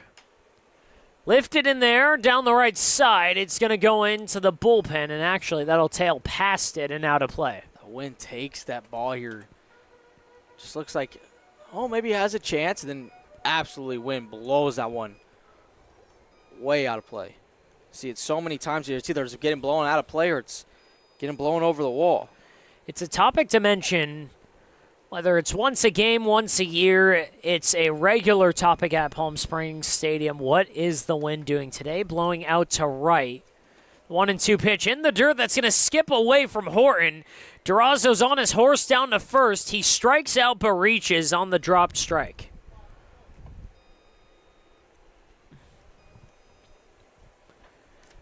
So new life for Durazo. Blake Mitchell coming up with a runner on first. Well, not the way Durazo ordered it to try to find a way on base. But he'll indeed take it. I mentioned just put some sort of pressure.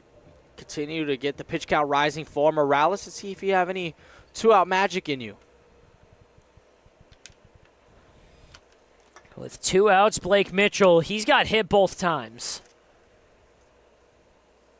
First pitch to the lefty. Mitchell watches outside.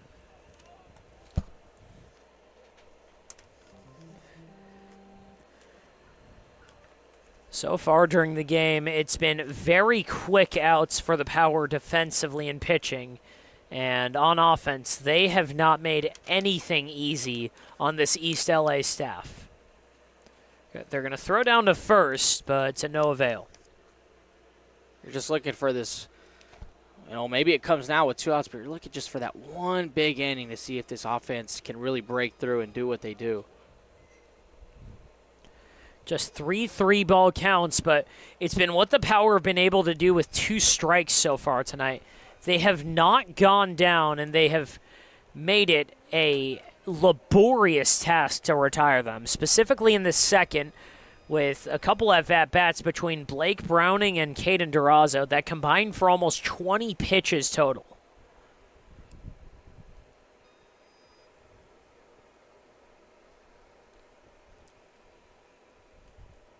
Two 2-0 pitch.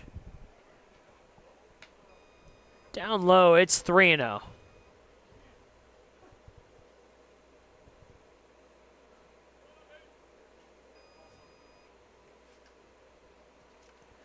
Three and 0, 2 outs.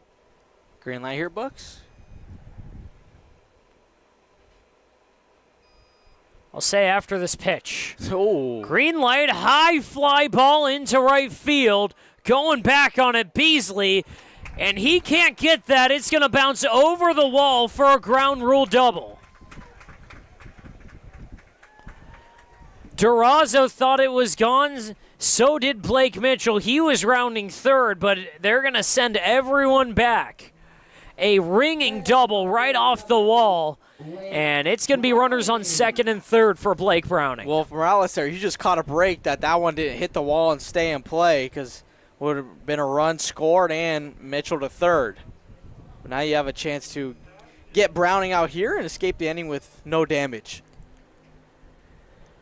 And frankly, a gift for the Dodgers that ball bounced so hard off the warning track that it skipped over what's probably about a 10-plus foot wall in the outfield. Wasn't hit very hard, but it was in the air for a while. And it came nearly straight down, and again, on that hard-packed warning track. Blake Browning takes strike one because if that ball lands in play, there's a chance that Durazo scores, and Mitchell's probably standing on third. But runners on second and third with 2 outs for Browning, though. One pitch. Lifted foul, and that's going to go over the press box again. 0-2 for Browning. He's 0 for 1, but drove in a run with a sac fly. We'll take a big 2 out here from Banning to really open up this ball game. And really off the unfortunate stuff, too, with the strikeout, drop third strike, and then the little miscue out there in right field.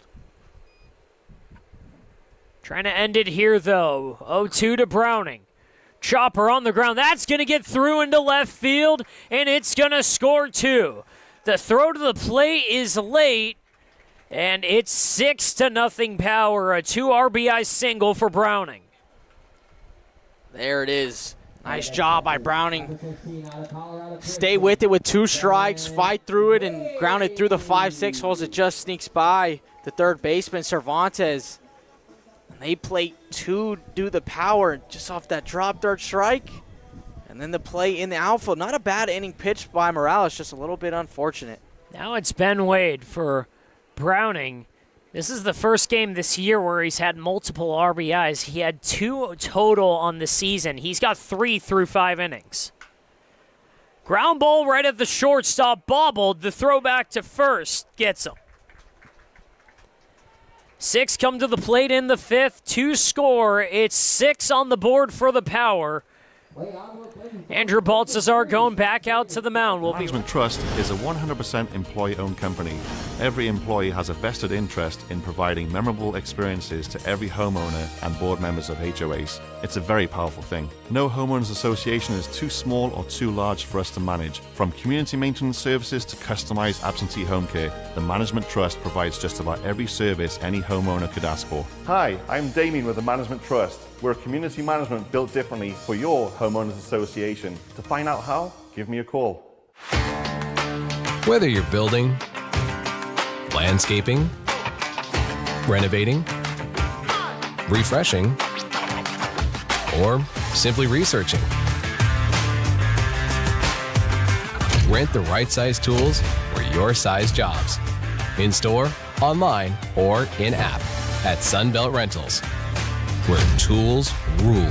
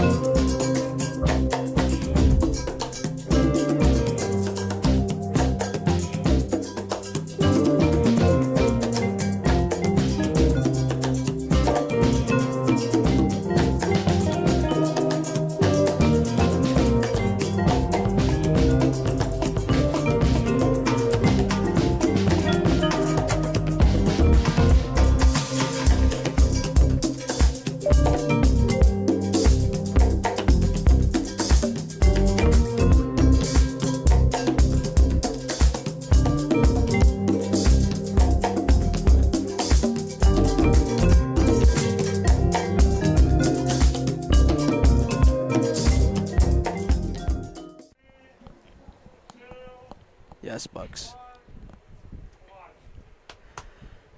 Top 6 at Palm Springs Stadium, pitching the story of the game so far. Andrew Baltzar back out on the mound for his second inning of work. He struck out the side in the 5th. He's going to go against 8-9-1. It's Janie Burkhaw due up first. 6-0 the score so far, and the Power have not let up. Ball 1 inside. It's 1-0. For the Power, 1 in the first 2 innings, 2 in the 3rd, and 2 in the 5th. A 2-run single got the scoring there. That was off the bat of Blake Browning. 1-0 from Baltzar. Chopper hard, that's going to get through into the outfield. The first hit of the game for the Dodgers is a single. Nice job by Burkhaw. Drive that heater up and away to the left side and get it past Richards. As you see, the defense was kind of shifted over, and Richards not playing towards the line but away from it, and some bad luck there as Burkhaw found the open area. A fastball that caught a little bit too much of the plate. It was not hit that hard, just above 90 off the bat. But Burkhaw hit it to the right spot, right down the line. Nothing Richards could do. Chopper right back at Richards. This could be 2. Down to second to first. And the stretch by Rodriguez got him. The Power go around the horn to eliminate the base runner. Well, you would take it. We'll put the first base runner on, but we'll eliminate them right away with 1 pitch. Nice work there. Starts by Baltzar, then around the diamond with Richards to Cunningham to Rodriguez. So some Power defensive mastery there. Richards down to Cunningham to Rodriguez. They turn 2. And now it's 1-0 with 2 outs to Nate Renner, the leadoff hitter. You always got to love those 5-4-3s. Just beautiful work. I don't think there's a ton prettier in baseball, but Ethan, the last 2 pitches there, that single from Burkhaw was a fastball that caught a lot of the plate. That is swing and a miss. It's strike 1.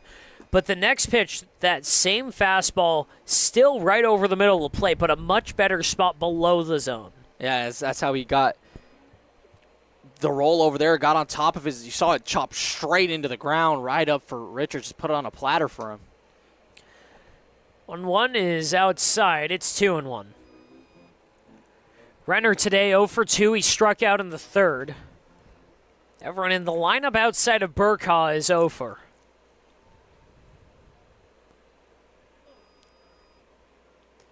Two and 1 with 2 outs. Baltazar trying to put him away. It's 2-2 now.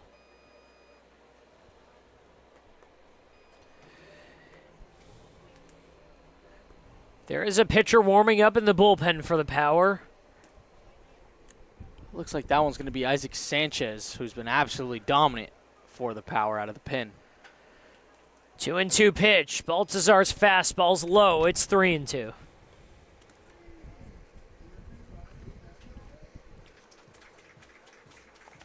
Yeah, Isaac Sanchez, number 42, warming up, and you said it, Ethan, he's been dominant in ERA right around 1.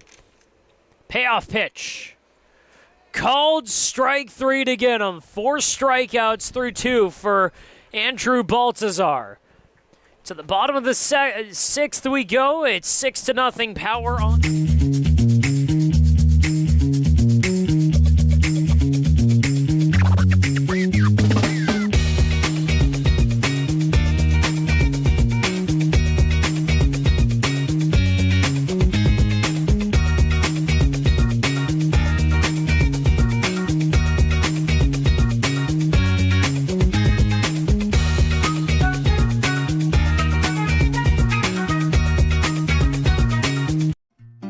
Try our big, beautiful all-day menu with more than 70 delicious dishes and our award-winning 3-course brunch for only $27.99. At Palm Springs' most popular restaurant, there's always a party at Lulu.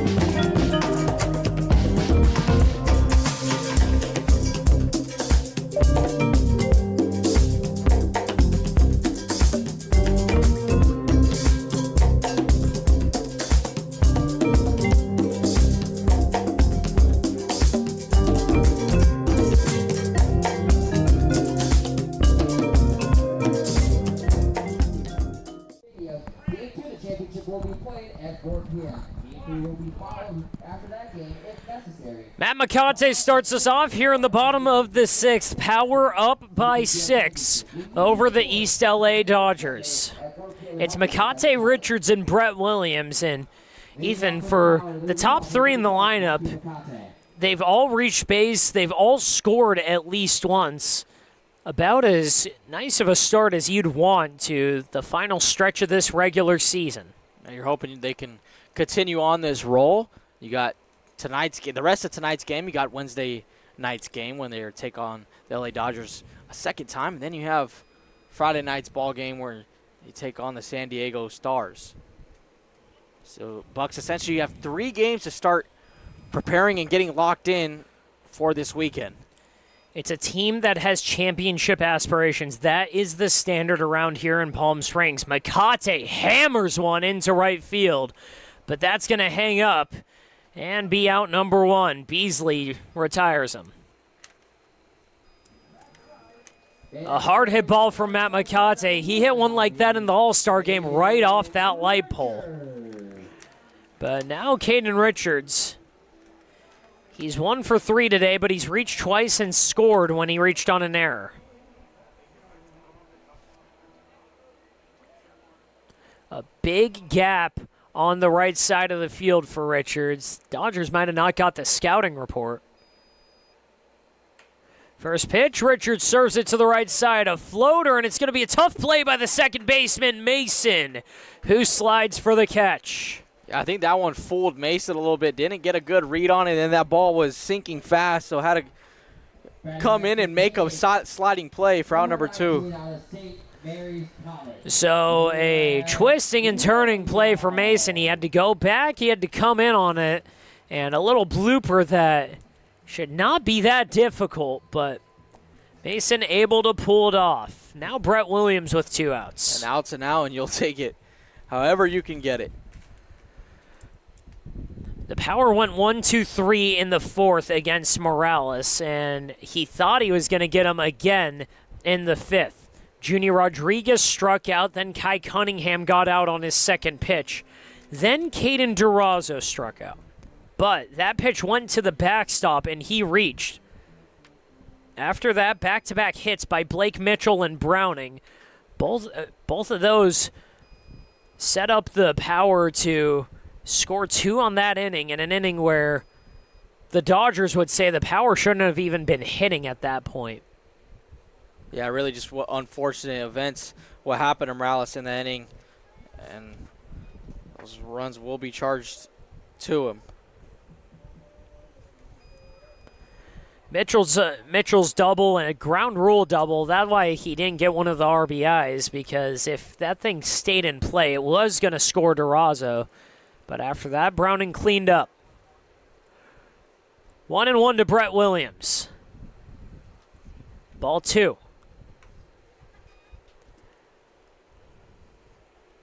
Again, for the Power, they've got championship aspirations. They've won 3 CPCL titles in a row. They've won 11 championships of all time.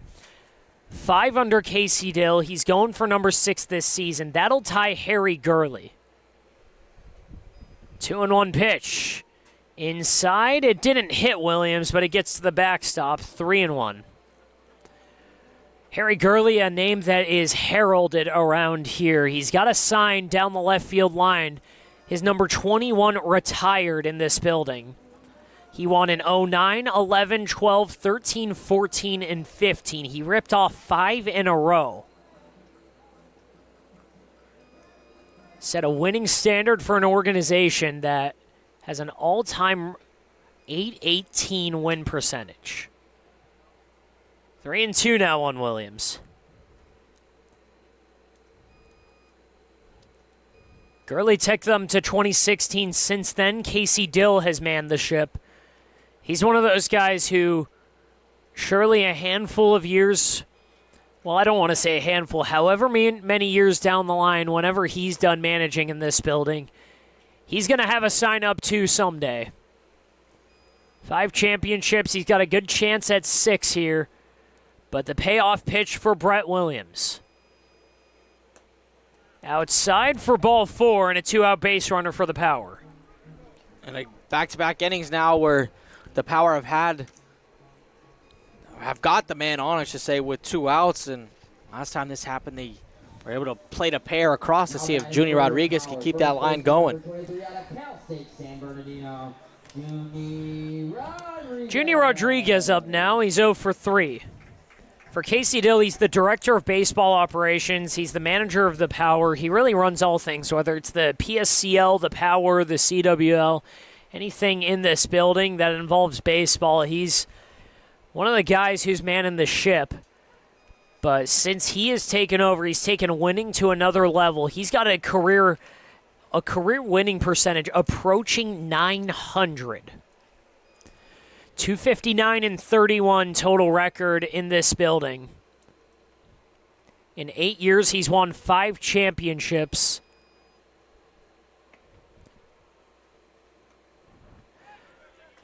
Oh, 2 pitch in the dirt, and Williams is going to take second. Just like that, Power have a runner in scoring position now.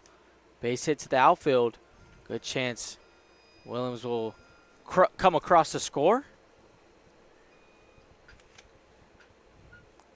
Again, those 5 in a row ripped off by Harry Gurley. They took 2016, did not win a championship there, but then Casey Dill took over. He won them in 17-19, and then the last 3 in 23, 4, and 5. 1-1 pitch. Rodriguez, a chopper right at the first baseman. It's going to be a race to the bag, and the Dodgers win it. So base runner reaches, a 2-out walk for Brett Williams. He's stranded, and a 0 put up for the East LA Dodgers. Whether you're building, landscaping, renovating, refreshing, or simply researching, rent the right size tools for your size jobs. In store, online, or in-app at Sunbelt Rentals, where tools rule.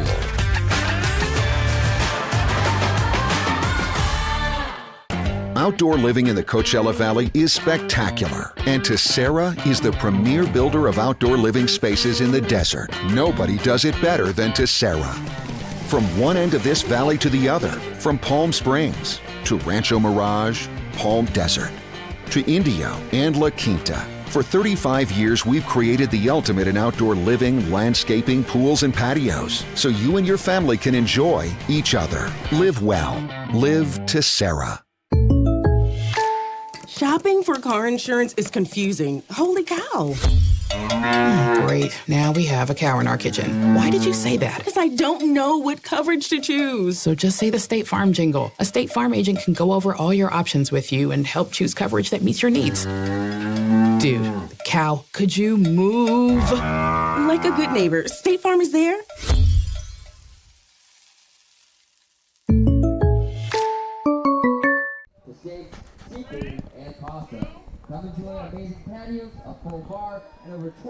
Seventh inning at Palm Springs Stadium, a 6-0 ball game. Power on top of the East LA Dodgers.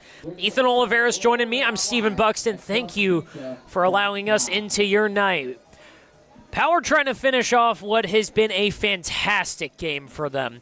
12 strikeouts through the first 6 innings, and they're going to turn to a guy who's been absolutely blazing hot out of the bullpen, Isaac Sanchez, with a .64 ERA coming up. And another guy, too, has some great strikeout to walk ratio. 15 Ks on 3 walks and only 7 hits through 14 innings of work. His brother Jaden getting the day off, getting to put his feet up, and Isaac going to go to work, and he's got some big shoes to fill because this pitching staff has been phenomenal. First pitch on the ground to second base. Cunningham to Rodriguez. Lake Mason goes down. And he'll take that, and that's exactly what this bullpen has done so far tonight with Balzar. Now with Isaac is coming in, throwing strikes. For Isaac Sanchez, he pitched in that game against the Inland Valley Legends on the 11th. And before that, he pitched against the Bucks in the doubleheader last week. But against the Legends, he faced 4 batters. He struck out 1. He didn't walk anyone. And that extended his streak of scoreless outings. Sanchez's last run he allowed was unearned against the PSCL on July 4th. But for the last earned run, you have to go to June 19th against the Inland Valley Pirates. 1-1 now on Ace Tavares. Tavares 0 for 2. He struck out twice. For Sanchez, he's got 15 strikeouts. He's walked just 3. He's got a whip at .71, and he's ahead 1-2. Working out of the stretch, he's set and deals. Tavares can't catch up. Another strikeout for Power, pitching the first for Isaac Sanchez. And there's that strikeout stuff right there, and decides to climb the ladder. Tavares not catching up to that one. Now, for those of you at home who don't have quite a grasp on what whip means, maybe you're thinking I'm just breaking out a random term. It stands for walks and hits per innings pitched. It's basically just a fairly easy number just to tell how many base runners a pitcher is allowing, as it's 0-1 to Luke Beasley. It doesn't account for hitting batters. It doesn't account for errors, but pretty much just 2 of the 3 true outcomes involved there, and a .71 ERA or a .71 whip. If that sounds low, it is astronomically low. 1-1 pitch. Slider gets a swing and a miss. 1-2.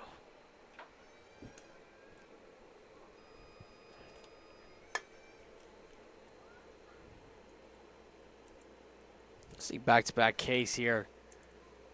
Let's go. 1 and 2. He goes down swinging. Back-to-back Ks. Ethan called it, and it's 14 on the day for power pitching. To the bottom of the 7th we go. We'll stretch.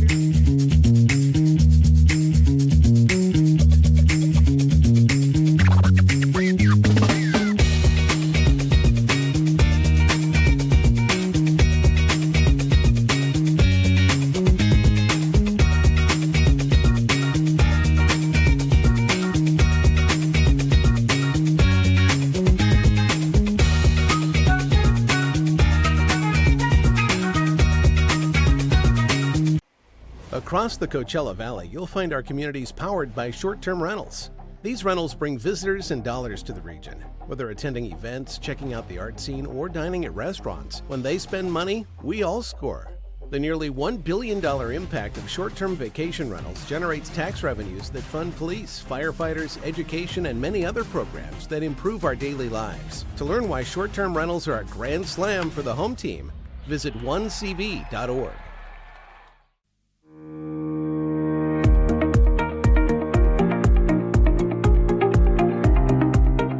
Hello, Power Baseball fans. At SBMP Attorneys, we believe in the power of community. And that's why we proudly support the Palm Springs Power, our hometown baseball team. After a memorable championship season in 2024, capping off the team's 20th anniversary, we're all very excited about the 2025 Power team. SBMP Attorneys and the Palm Springs Power are two teams that are committed to excellence, community, and the spirit of winning.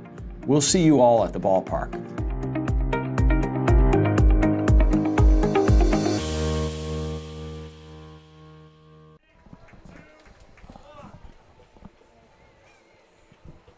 Bottom 7 at Palm Springs Stadium. Kai Cunningham, Caden Durazo, Blake Mitchell, the first 3 due up. Facing off against Morales in his 3rd inning of work. Or apologies, 4th inning of work out of the pen. He took over for Odin Tunland, who only won 3. He allowed 4 runs.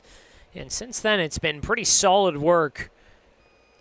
3+ innings. He allowed the 2 runs in the 5th, but he's been efficient and he's gone fairly quick against this power lineup. But he's behind Cunningham 2-0. Cunningham 0 for 3 today, but reached in the 3rd on an error.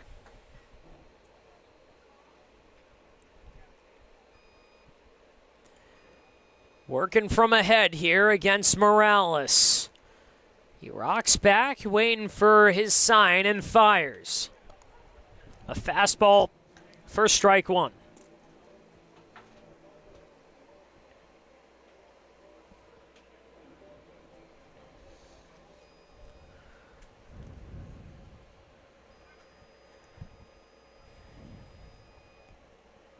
Two and 1 pitch.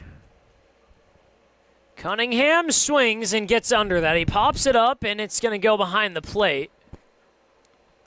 And that just went over the press box. And Morales has looked good so far, even despite that 2-run inning back in the 5th. It wasn't really caused by him exactly. Kind of some unfortunate or miscues that happened. Again, that 2-run frame in the 5th, highlighted by Caden Durazo reaching on a drop 3rd strike. So his run is unearned, and it's 3-1 now to Cunningham, or 3-2 now to Cunningham. But that run is unearned because Durazo reached on an error technically. But you mentioned it, he possibly could have been out of that inning. There were a couple times where it looked like he should have been out of that inning, but Dodgers didn't do their guy a ton of favors. 2 runs scored, and the Power coasting with a 6-0 lead. A foul ball down the left side that's going to go right behind the media well. It's foul, and we'll keep it at 3-2.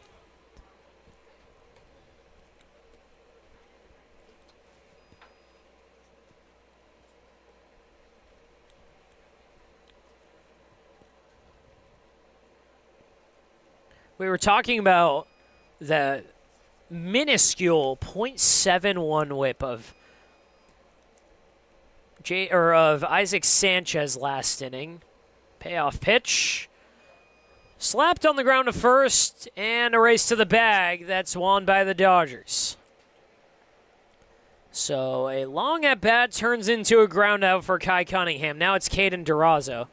But for Isaac Sanchez, that .71 whip, to put it into context, in the well over 100 years of Major League Baseball, no pitcher in a full season, relievers or starters, has ever had a whip that low. The lowest whip of all time was in 1940 by a guy named George Walker. That was .7308. I know it's a small sample size. It's only about 12 or 15 innings for Isaac Sanchez, and Durazo takes strike one, or ball one. But that .71 whip, just so beyond mind-blowingly small. The next best is Pedro Martinez in 2000. That was .73. He won the Cy Young that year. 1-0 pitch. Lifted to right center field, drifting over Beasley. And he'll catch it. Durazo has the right idea. Fastball away, trying to drive it, but just kind of didn't really catch the barrel, though. Had a little bit out in front, one-handed swing. It's a nice quick 2 outs again for Morales. Morales has got the first 2 outs on his first 2 batters in 3 of his 4 innings. Actually, all 4 innings he's pitched, he's got the first 2 batters out, but it's been what the Power have done with 2 outs, most notably in the 5th. And before that, it was all against Odin Tunland. With 2 outs, Blake Mitchell holds off on ball 1.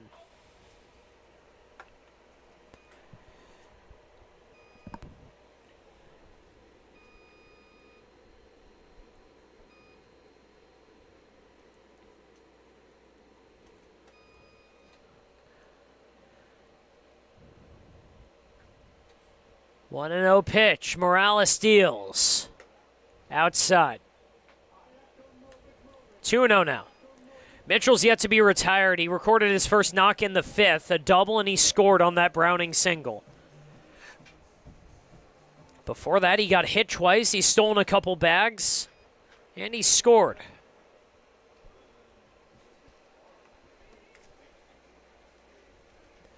Two 2-0 pitch. Called strike 1.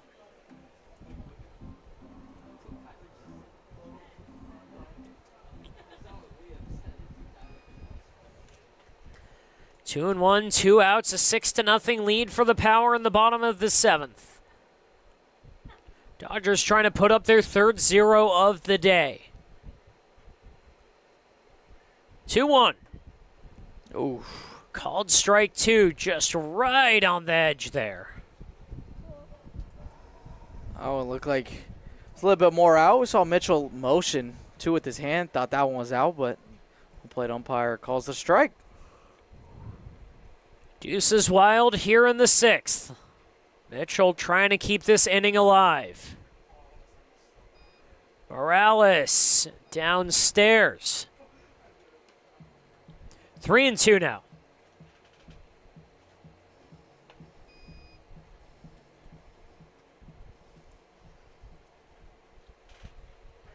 The 16th batter he's faced out of the pen. He started at the top of the lineup in the 4th with Matt McCate, trying to go through 2 times here. Payoff pitch from Morales.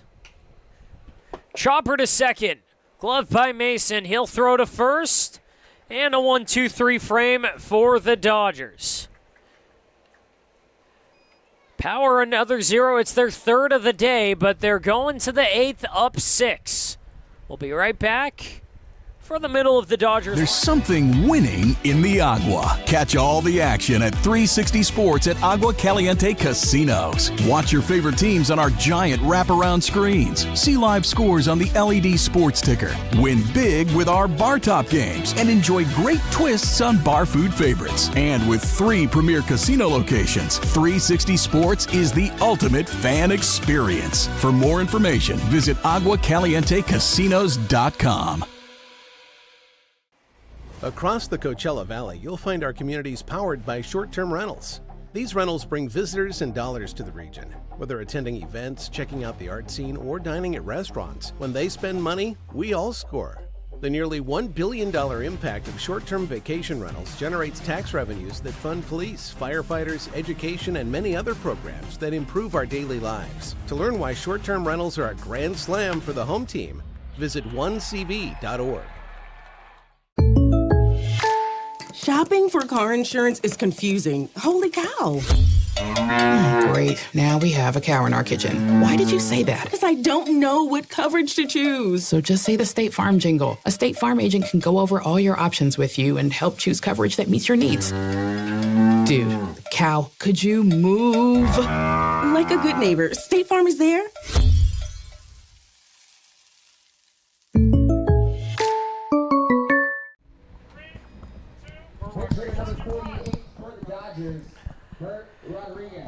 Pinch hitter for the East LA Dodgers, Bert Rodriguez leads us off here in the 8th. Going back on the mound, Isaac Sanchez. He's part of what is so far a three-headed effort by the Power that has been absolutely dominant. 14 strikeouts, just one hit through 7 innings. And the most improbable part, on just 77 pitches. Ethan Olivares, the least pitches in modern history for a pitcher to throw 14 strikeouts in a game. I know it's different when you're comparing a multi-headed effort against a guy who did it all on his own, as that's a tough play from the shortstop that just pulled Rodriguez off. Durazo nearly made a beauty there. That's an infield hit for Ramos. Yeah, I saw it was going to be trouble right away after it was a slow chopper, hit right back up the middle. Durazo making a nice play just to field that one, and even the throw. If it's not high enough to make Rodriguez jump over that first, there's definitely a conversation to be had that he'd be out. But if you're looking for 14-plus strikeout games, the least pitches in that, 83 for Spencer Strider in a start against the Colorado Rockies. He struck out 14 on 83. The Power have done that on 79 total through 7-plus innings here. Let's make it another quick one here. See if Sanchez can get Guzman to roll into a double play ball. They've already had the Dodgers roll into one double play back in the 6th. Jake Guzman down 0-2. Sanchez pitch off the end of the bat, and it's foul. Still 0-2. The Power have been flooding the stat sheet with long at-bats, 5, 6, 7-plus pitch at-bats. So far today, the Pirates have been struggling to just get to a 4th pitch in their at-bat. Nate Renner had a 6-pitch at-bat to end the 6th. That felt like a marathon for how this game has been going. That one up and in. It's 1-2 now. So we'll see a 5th pitch here for Jake Guzman.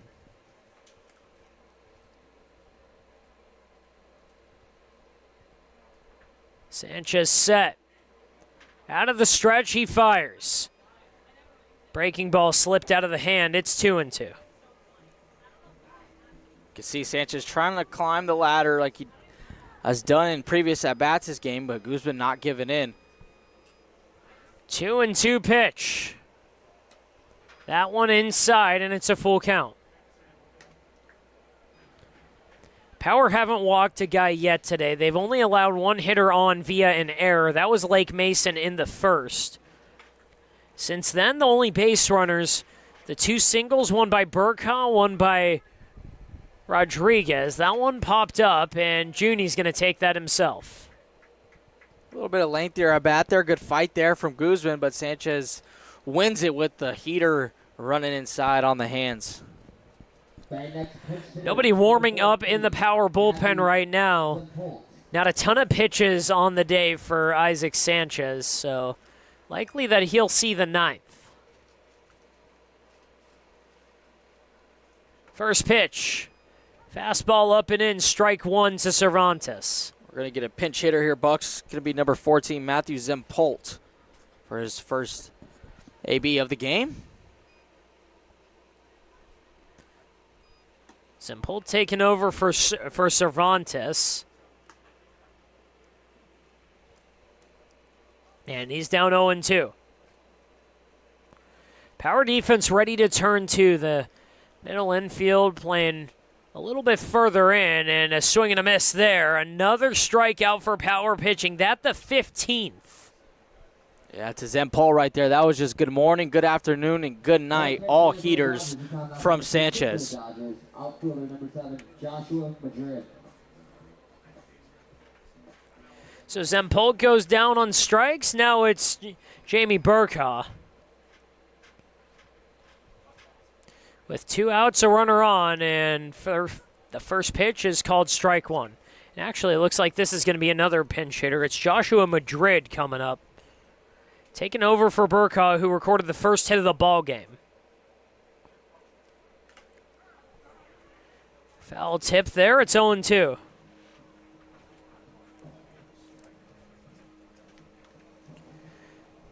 It's been 2 strikeouts every single inning for the Power, except for the 5th and 6th. 1 in the 6th and 3 in the 5th. But they've been working on a clean 18 per 9 pace. But Bugs, even that, a K, an inning for this pitching staff. Even that is just impressive itself. Hasn't mattered who's been on the mound for the Power. It's everyone's who's come through that door has just fired strikes. They've attacked the zone, and they have had this East LA Dodgers lineup looking clueless. 0-2 pitch. Blew it right by him. Another strikeout for the Power. Make it 16 on the day. 6-0, Power on top of the Dodgers today. Management Trust is a 100% employee-owned company. Every employee has a vested interest in providing memorable experiences to every homeowner and board members of HOAs. It's a very powerful thing. No homeowners association is too small or too large for us to manage. From community maintenance services to customized absentee home care, the Management Trust provides just about every service any homeowner could ask for. Hi, I'm Damien with the Management Trust. We're a community management built differently for your homeowners association. To find out how, give me a call.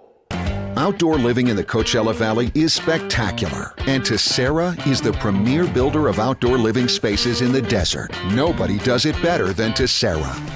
From one end of this valley to the other, from Palm Springs to Rancho Mirage, Palm Desert, to Indio and La Quinta. For 35 years, we've created the ultimate in outdoor living, landscaping, pools, and patios, so you and your family can enjoy each other. Live well.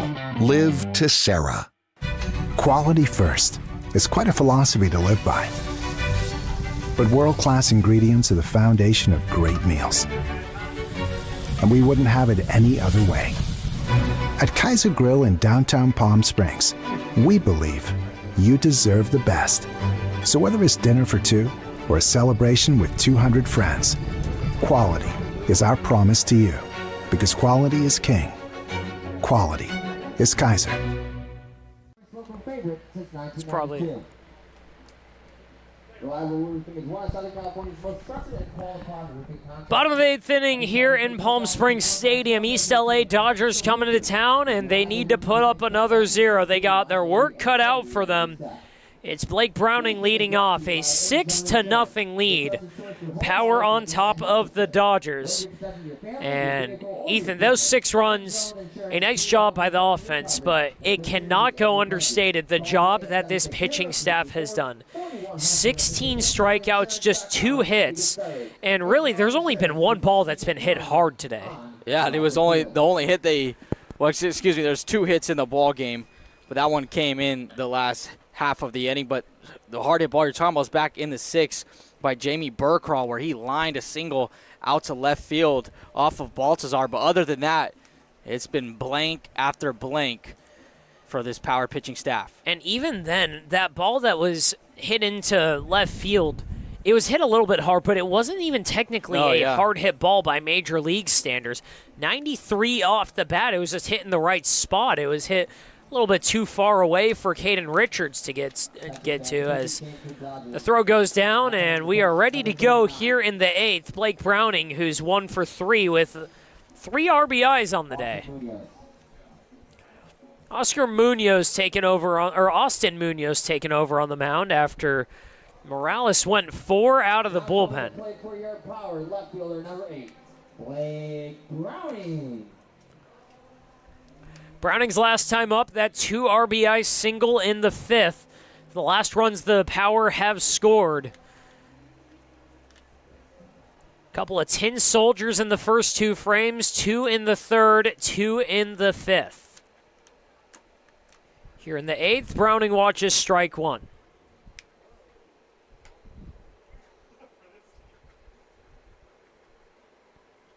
Austin Munoz out of California Prestige University, the 3rd pitcher out of the pen for the Dodgers. And so far, the hardest throwing one, dialing it up to the mid-80s.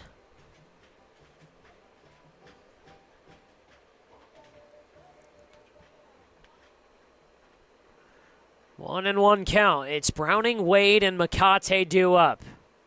That pitch skips in the dirt and gets away. It's 2-1.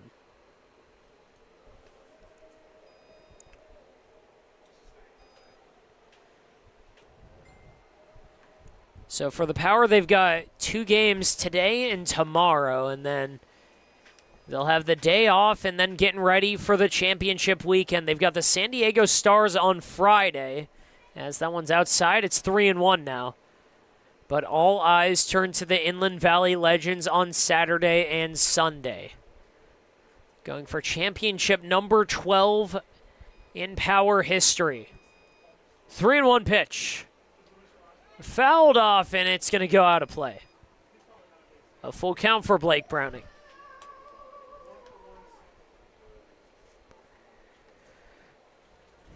Ethan, as a guy who's 1 for 2, he's got 3 RBIs on the day, though. Browning has not been an easy at-bat for any of these pitchers.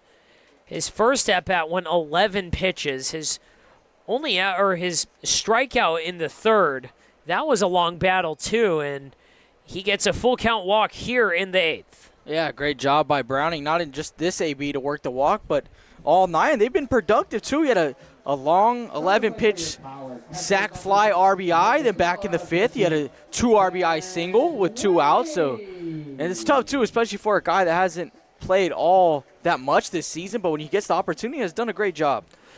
Ben Wade now, nobody out. A runner on in Blake Browning. He's 1 for 3, singled in his first time up. First pitch, Wade, chopper down to short. It's actually picked off by the 3rd baseman who throws it into right field. Blake Browning trips going around second, so everyone's safe, but they stay on 1st and 2nd. It was the 3rd baseman. The new 3rd baseman was just checked in the game in Matthew Zempolt. Did a nice job of cutting off that ball there to try to get the out at second, but Luke Mason over there at second base just couldn't handle the throw. Goes all the way to the outfield. Luckily, Browning fell, so he stays put at second. So Browning eats it. He stays at second. Wade at first on the air. Matt Makate with a couple ducks on the pond. Nobody out, and that one's going to come in and hit him. Hit him right on the foot. Makate skipped around a little bit, and he's walking gingerly down to first. It looks like he should be okay, hopefully. You could hear that one hit the cleat. You heard the sound of it. Didn't sound too pretty, but maybe he probably almost saved him that it hit the back of the heel rather than the lower half of the body. Already the 4th time a power hitter has been plunked today. Caden Richards trying to capitalize. He's got the bases juiced. He's 1 for 4 today, but he's reached twice and he's driven in a run. Had that RBI double in the 1st. First pitch heater, a low strike 1.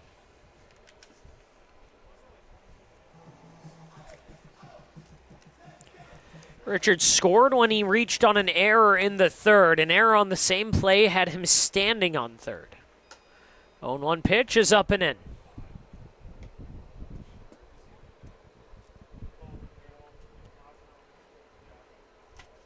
He's got Browning on first, Wade on second, Makate on third.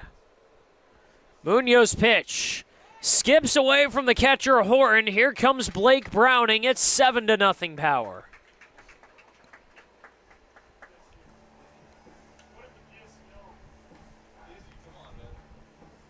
In the 8th here, the Power really looking just tack on a bunch of insurance run to put the nail in the coffin, you could say. So a touchdown and extra point for the Power, and a goose egg so far for the East LA Dodgers. Caden Richards with a 2-1 count. Floats it in there, out to shallow center field. 3 guys going after it. The shortstop's going to call everyone off. It's Guzman. And they throw it down to the plate. That gets away, and Ben Wade scores. Make it 8-0. Nice job by Ben Wade. He bluffs like he's going to go home there, so he forces the throw from the shortstop Guzman, and there's no backup behind the plate from the pitcher, so Ben Wade easily come around to score. So another mistake-laden inning for the East LA Dodgers. 2 errors, 2 free passes, and a couple of runs on the board for the Power. Some more insurance when they were up 6-0. 1 out now, Brett Williams. First pitch pops out of the glove of Horton, and that's going to score Makate. It's 9-0. Well, all the runs coming in to score in this inning from, I guess you could say, pass balls and a throwing error from the shortstop Guzman. Not the way you were thinking to put the nail in the coffin, but indeed it looks like they will do so here in the 8th. Self-inflicted damage for the Dodgers.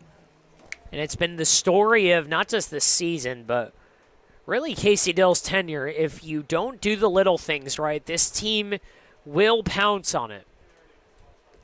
Williams trying to pounce all over a pitch here. 1-0. Curveball pops back into the zone. 1-1.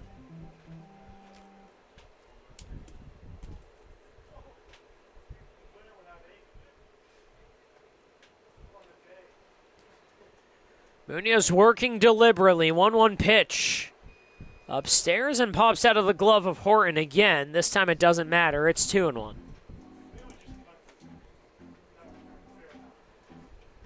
I'm not sure if Horton and Munoz aren't on the same page or what's going on, but that's already 4 pitches this inning that have just flat out popped out of his glove.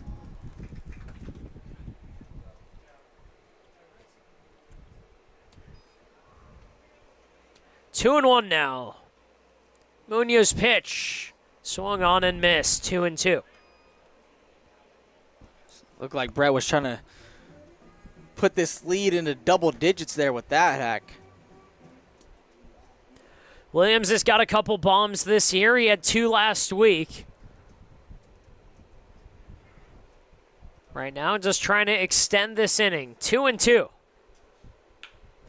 Lined into left center field. That's going to drop for extra bases. Burkhoff stuck out his glove, but that ball bouncing off the warning track. A 1-out double for Brett Williams. Great piece of hitting there. Got the off speed on the outside part of the plate. Williams was out in front of it, but strong enough to go ahead and line that one in the gap. See, that's some power there for Williams. Not hit very hard at all, but was way out in front. Still managed to power through and find a gap. He was out front of it, but he muscled that thing into the gap, and 336 feet later, he's standing on second base for Junie Rodriguez. Junie's looking for his first hit of the day as that one spiked into the plate and skips all the way to the backstop. Horton picks that up, but Williams on third base. Wild pitches aplenty this inning. Wild pitches and pass balls, part of the catalyst of what's built up a 9-run lead for the Power with just 1 out in the 8th.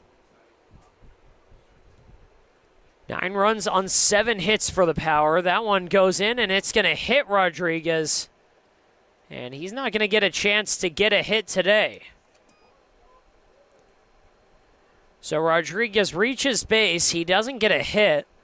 But now 2 on for Kai Cunningham. And after that, that makes it official. Every single player in this game today has at least reached base. Junior Rodriguez, the latest one. First pitch up and in. Well, that's always a good sign as an offense, and early on this season as well, there was back-to-back games where all starting 1 through 9 power hitters had a hit in the ball game as well. Second pitch, down and in, 2-0. And for an offense that's humming, you're almost just not necessarily hoping to get through this inning, but you don't necessarily want to have too long of an inning for Isaac Sanchez. But that one's going to run in and hit Kai Cunningham, so it's 6 on the day, 3 in this inning for the Power who have been hit. And that one was an off-speed there. Just didn't have any grip of that one and caught Cunningham right in the back. And a game that was off to a expeditious, lightning-quick pace is coming to a screeching halt in the 8th. There's going to be a pitcher change here.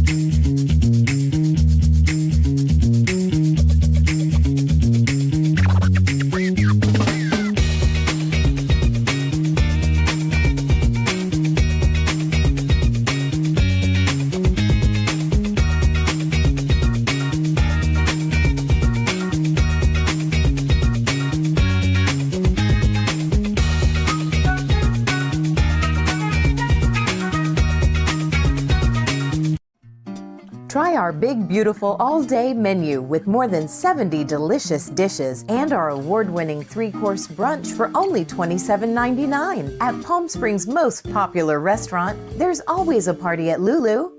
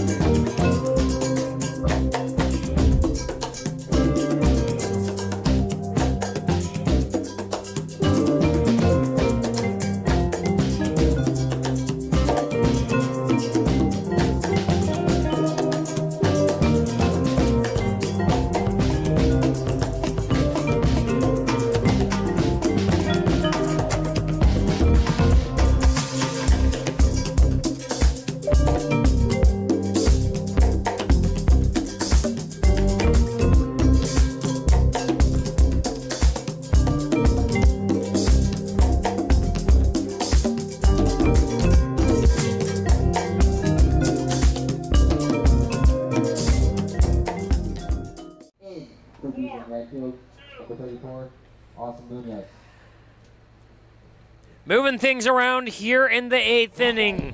Munoz and Luke Beasley switched places, so Luke Beasley, the fourth pitcher of the game for the East LA Dodgers.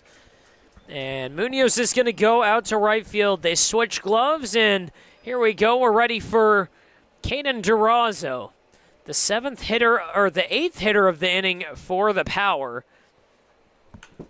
That one right up the middle, gloved by Beasley. He's going to throw it into center field. 2 runs will score, and it's 11-0 Power.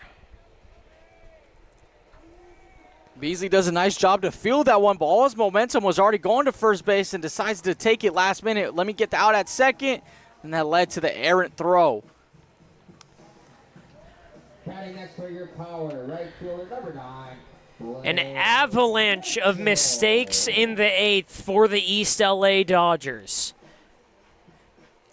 3 errors, 3 batters hit by a pitch. A double and a walk result in 5 runs for Palm Springs. And it's 1-0 on Blake Mitchell. Ethan, just when they looked like they were going to get out of it. A ground ball that Beasley fielded well. It just sails it into center field. And Blake Mitchell hits a high fly ball. Munoz tracking it. He'll collect that and right. The throw is a bullet right at the plate, but it does score Kai Cunningham 12-0 Power.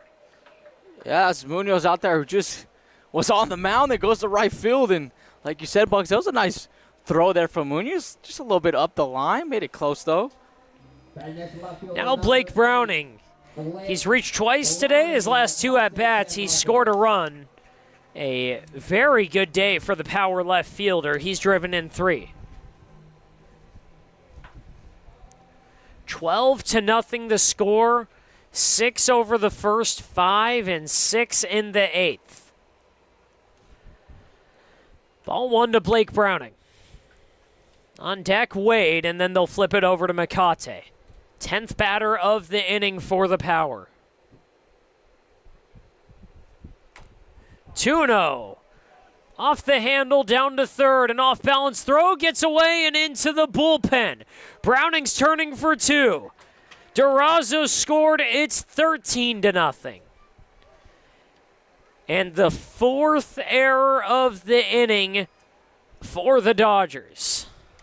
I said it a while back in this ball game, Bucks, waiting for that big inning for this offense to put up a big number, and thought it wasn't going to come, but here we are here now in the 8th, the 7th spot, and maybe still counting with another runner in scoring position, bringing up Ben Wade. Now Wade, who's 1 for 4, but he's reached twice, and last time scored on 2 errors. That was as the second batter of this inning. Beasley's first pitch, breaking ball out of the zone.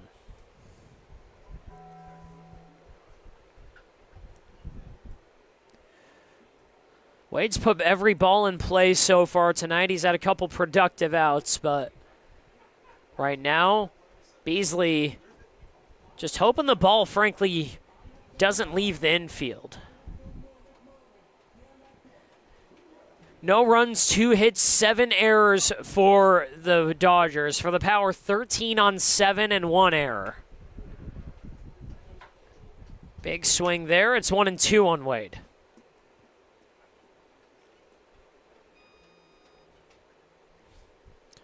Wade spent the last couple of years at College of the Desert. He's going to be moving on to Colorado Christian College. And that one, a slap hit right into right field. Browning's making the turn. The throw to the plate is offline. 14-0. On an RBI single by Wade. Gotta love the opposite field base hits. Nice job by Ben Wade to drive it the other way for his second base hit of the ball game and collects his first RBI. Going to the 12th batter of the inning, Matt Makate. Possibly one of the catalysts for this inning falling apart. He got hit by a pitch to load the bases. Makate, a line drive on the ground to second base, and they can't make the play there. Another error, the 5th of the inning.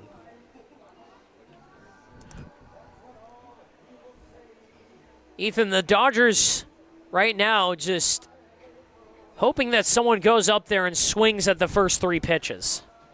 You gotta either hope that or maybe a little force out on every base right now as well. Richards' first pitch hits it hard but foul.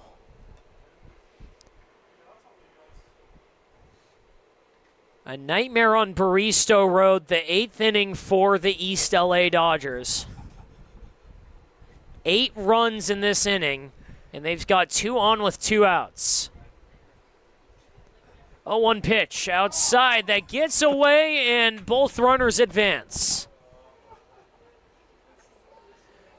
Wade at third, Makate at second, and Richards with a 1-1 count got a chance to drive in a couple more.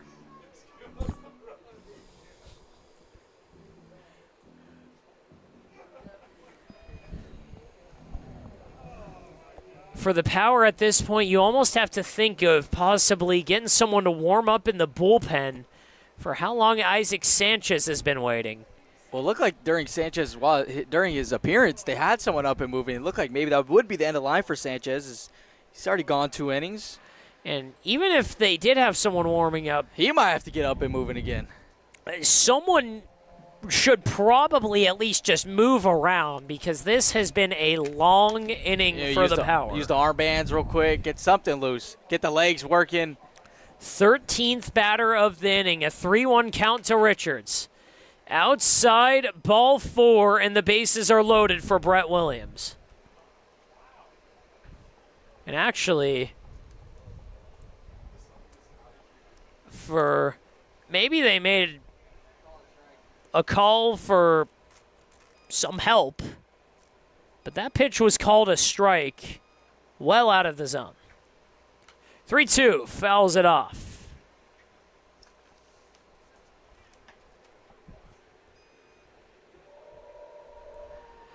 Richards still has a chance to get his second hit of the day. He's 1 for 5 so far, but again has reached twice and scored. Payoff pitch outside, and that one's ball 4. Well, the umpire maybe didn't want to do it back-to-back times, especially to ring up Richards, so he lets Richards work the walk. And that one much more obvious, though. But now a pinch hitter.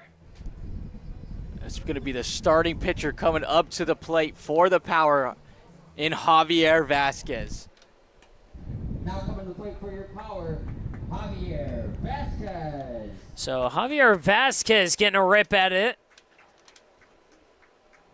Fired 4 innings. He struck out 8. Now he's up 1-0.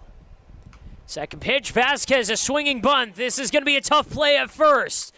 They throw down and get him there. So the inning over, but Vasquez looked like he had a chance at creating some chaos on the bases. 8 score for the Power in the 8th. They're 3 outs away from win number 20. Whether you're building, landscaping, renovating, refreshing, or simply researching, rent the right size tools for your size jobs. In store, online, or in app at Sunbelt Rentals, where tools rule.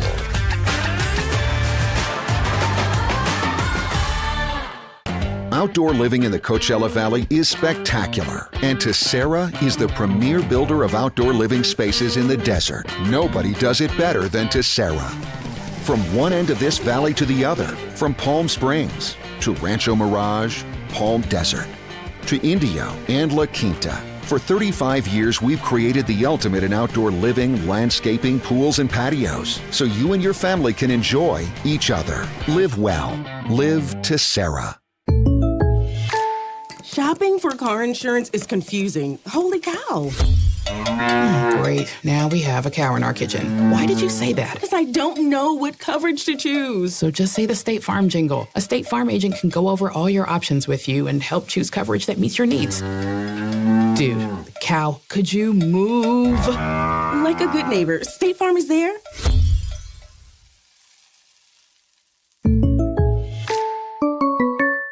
On our website or social media, follow Friday against East LA Dodgers. Quinn Stewart coming in to close this thing out. It was Vasquez for 4, Baltazar for 2, Sanchez for 2.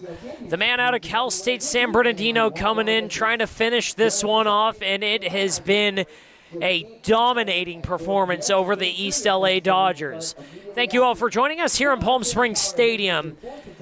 14-0 the score. I'm Stephen Buxton, joined by Ethan Oliveris. And Ethan, this building has been a house of horrors for opposing teams. And right now, the Power just trying to put on the finishing touches of what has been a phenomenal game for them. Most notably, 16 strikeouts through 8 innings. Yeah, that's what you love to see. And we've been talking about the bats trying to get guys hot, get the momentum rolling into the playoffs.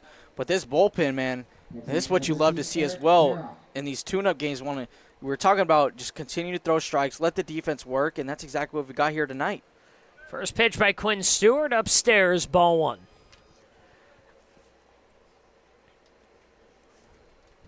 Stewart, another one of the power pitchers who has pro aspirations after this season. As that one served into right field, chasing after it, Mitchell will retire the first batter of the ninth. Nice running play there from Mitchell. Right field, arguably, if not the toughest position to play out here at Palm Springs Stadium, the way you have to play the wind and how fast that ball tails away from you. You see, Ethan, it wasn't the case when I played. They just stuck me out there because I was slow, and frankly, we didn't play enough lefties for anyone to have to worry about that. So now Nate Renner, he's 0 for 3. First pitch, ball 1. Actually, this is a pinch hitter. It's number 52, William Brendan out of California Prestige. 1-0 pitch right back at Quinn Stewart. He'll jog over to the bag and toss that one in the dirt, and Rodriguez had to pick that one out a little bit closer than it should be, but still the Power get the out. 1-3 for those of you scoring at home. And now it's Lake Manson. Actually, it looks like this is another pinch hitter, Anthony Jacobo, coming up. First pitch, strike 1.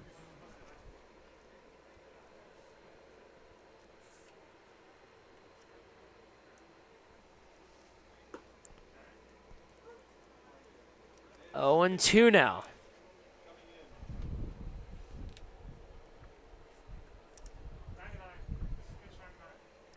Pitch number 99 of the night.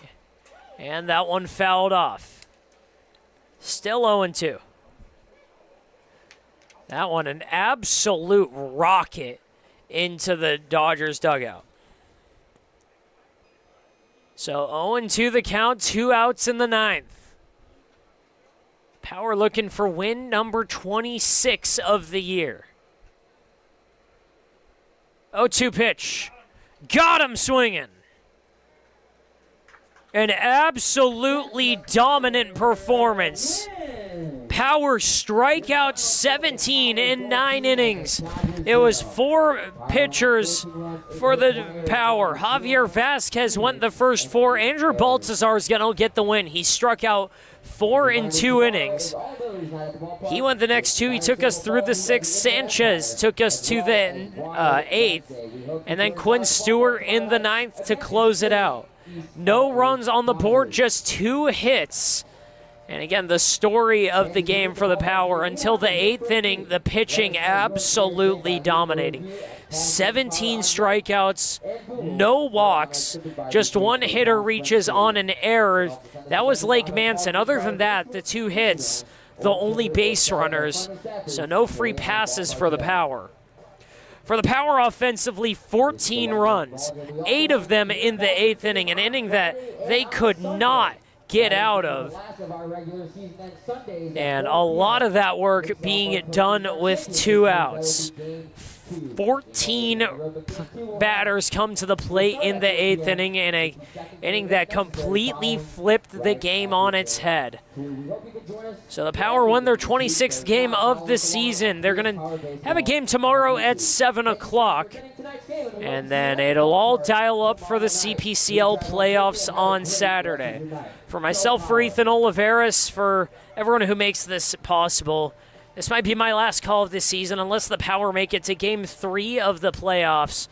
So for myself personally, the last 3 years, having everyone, for family specifically, trust us with your sons, trust us with the players out here, and to tell us your stories, it's been an honor and an absolute privilege. It's been an absolutely phenomenal ride the last 3 years. Don't know where it's going to land next, but for right now, from the bottom of my heart, I'd just like to say thank you so much to everyone in this organization and in the players' lives, the coaches, the staff. It's been an honor and a privilege. And I know a lot of these players have made memories out of here, and if mine are even a fraction of what these guys have experienced on the field, I would be incredibly happy to be a part of that. So for myself, I'm Steven Buxton signing off possibly one last time. Power win it 14-0.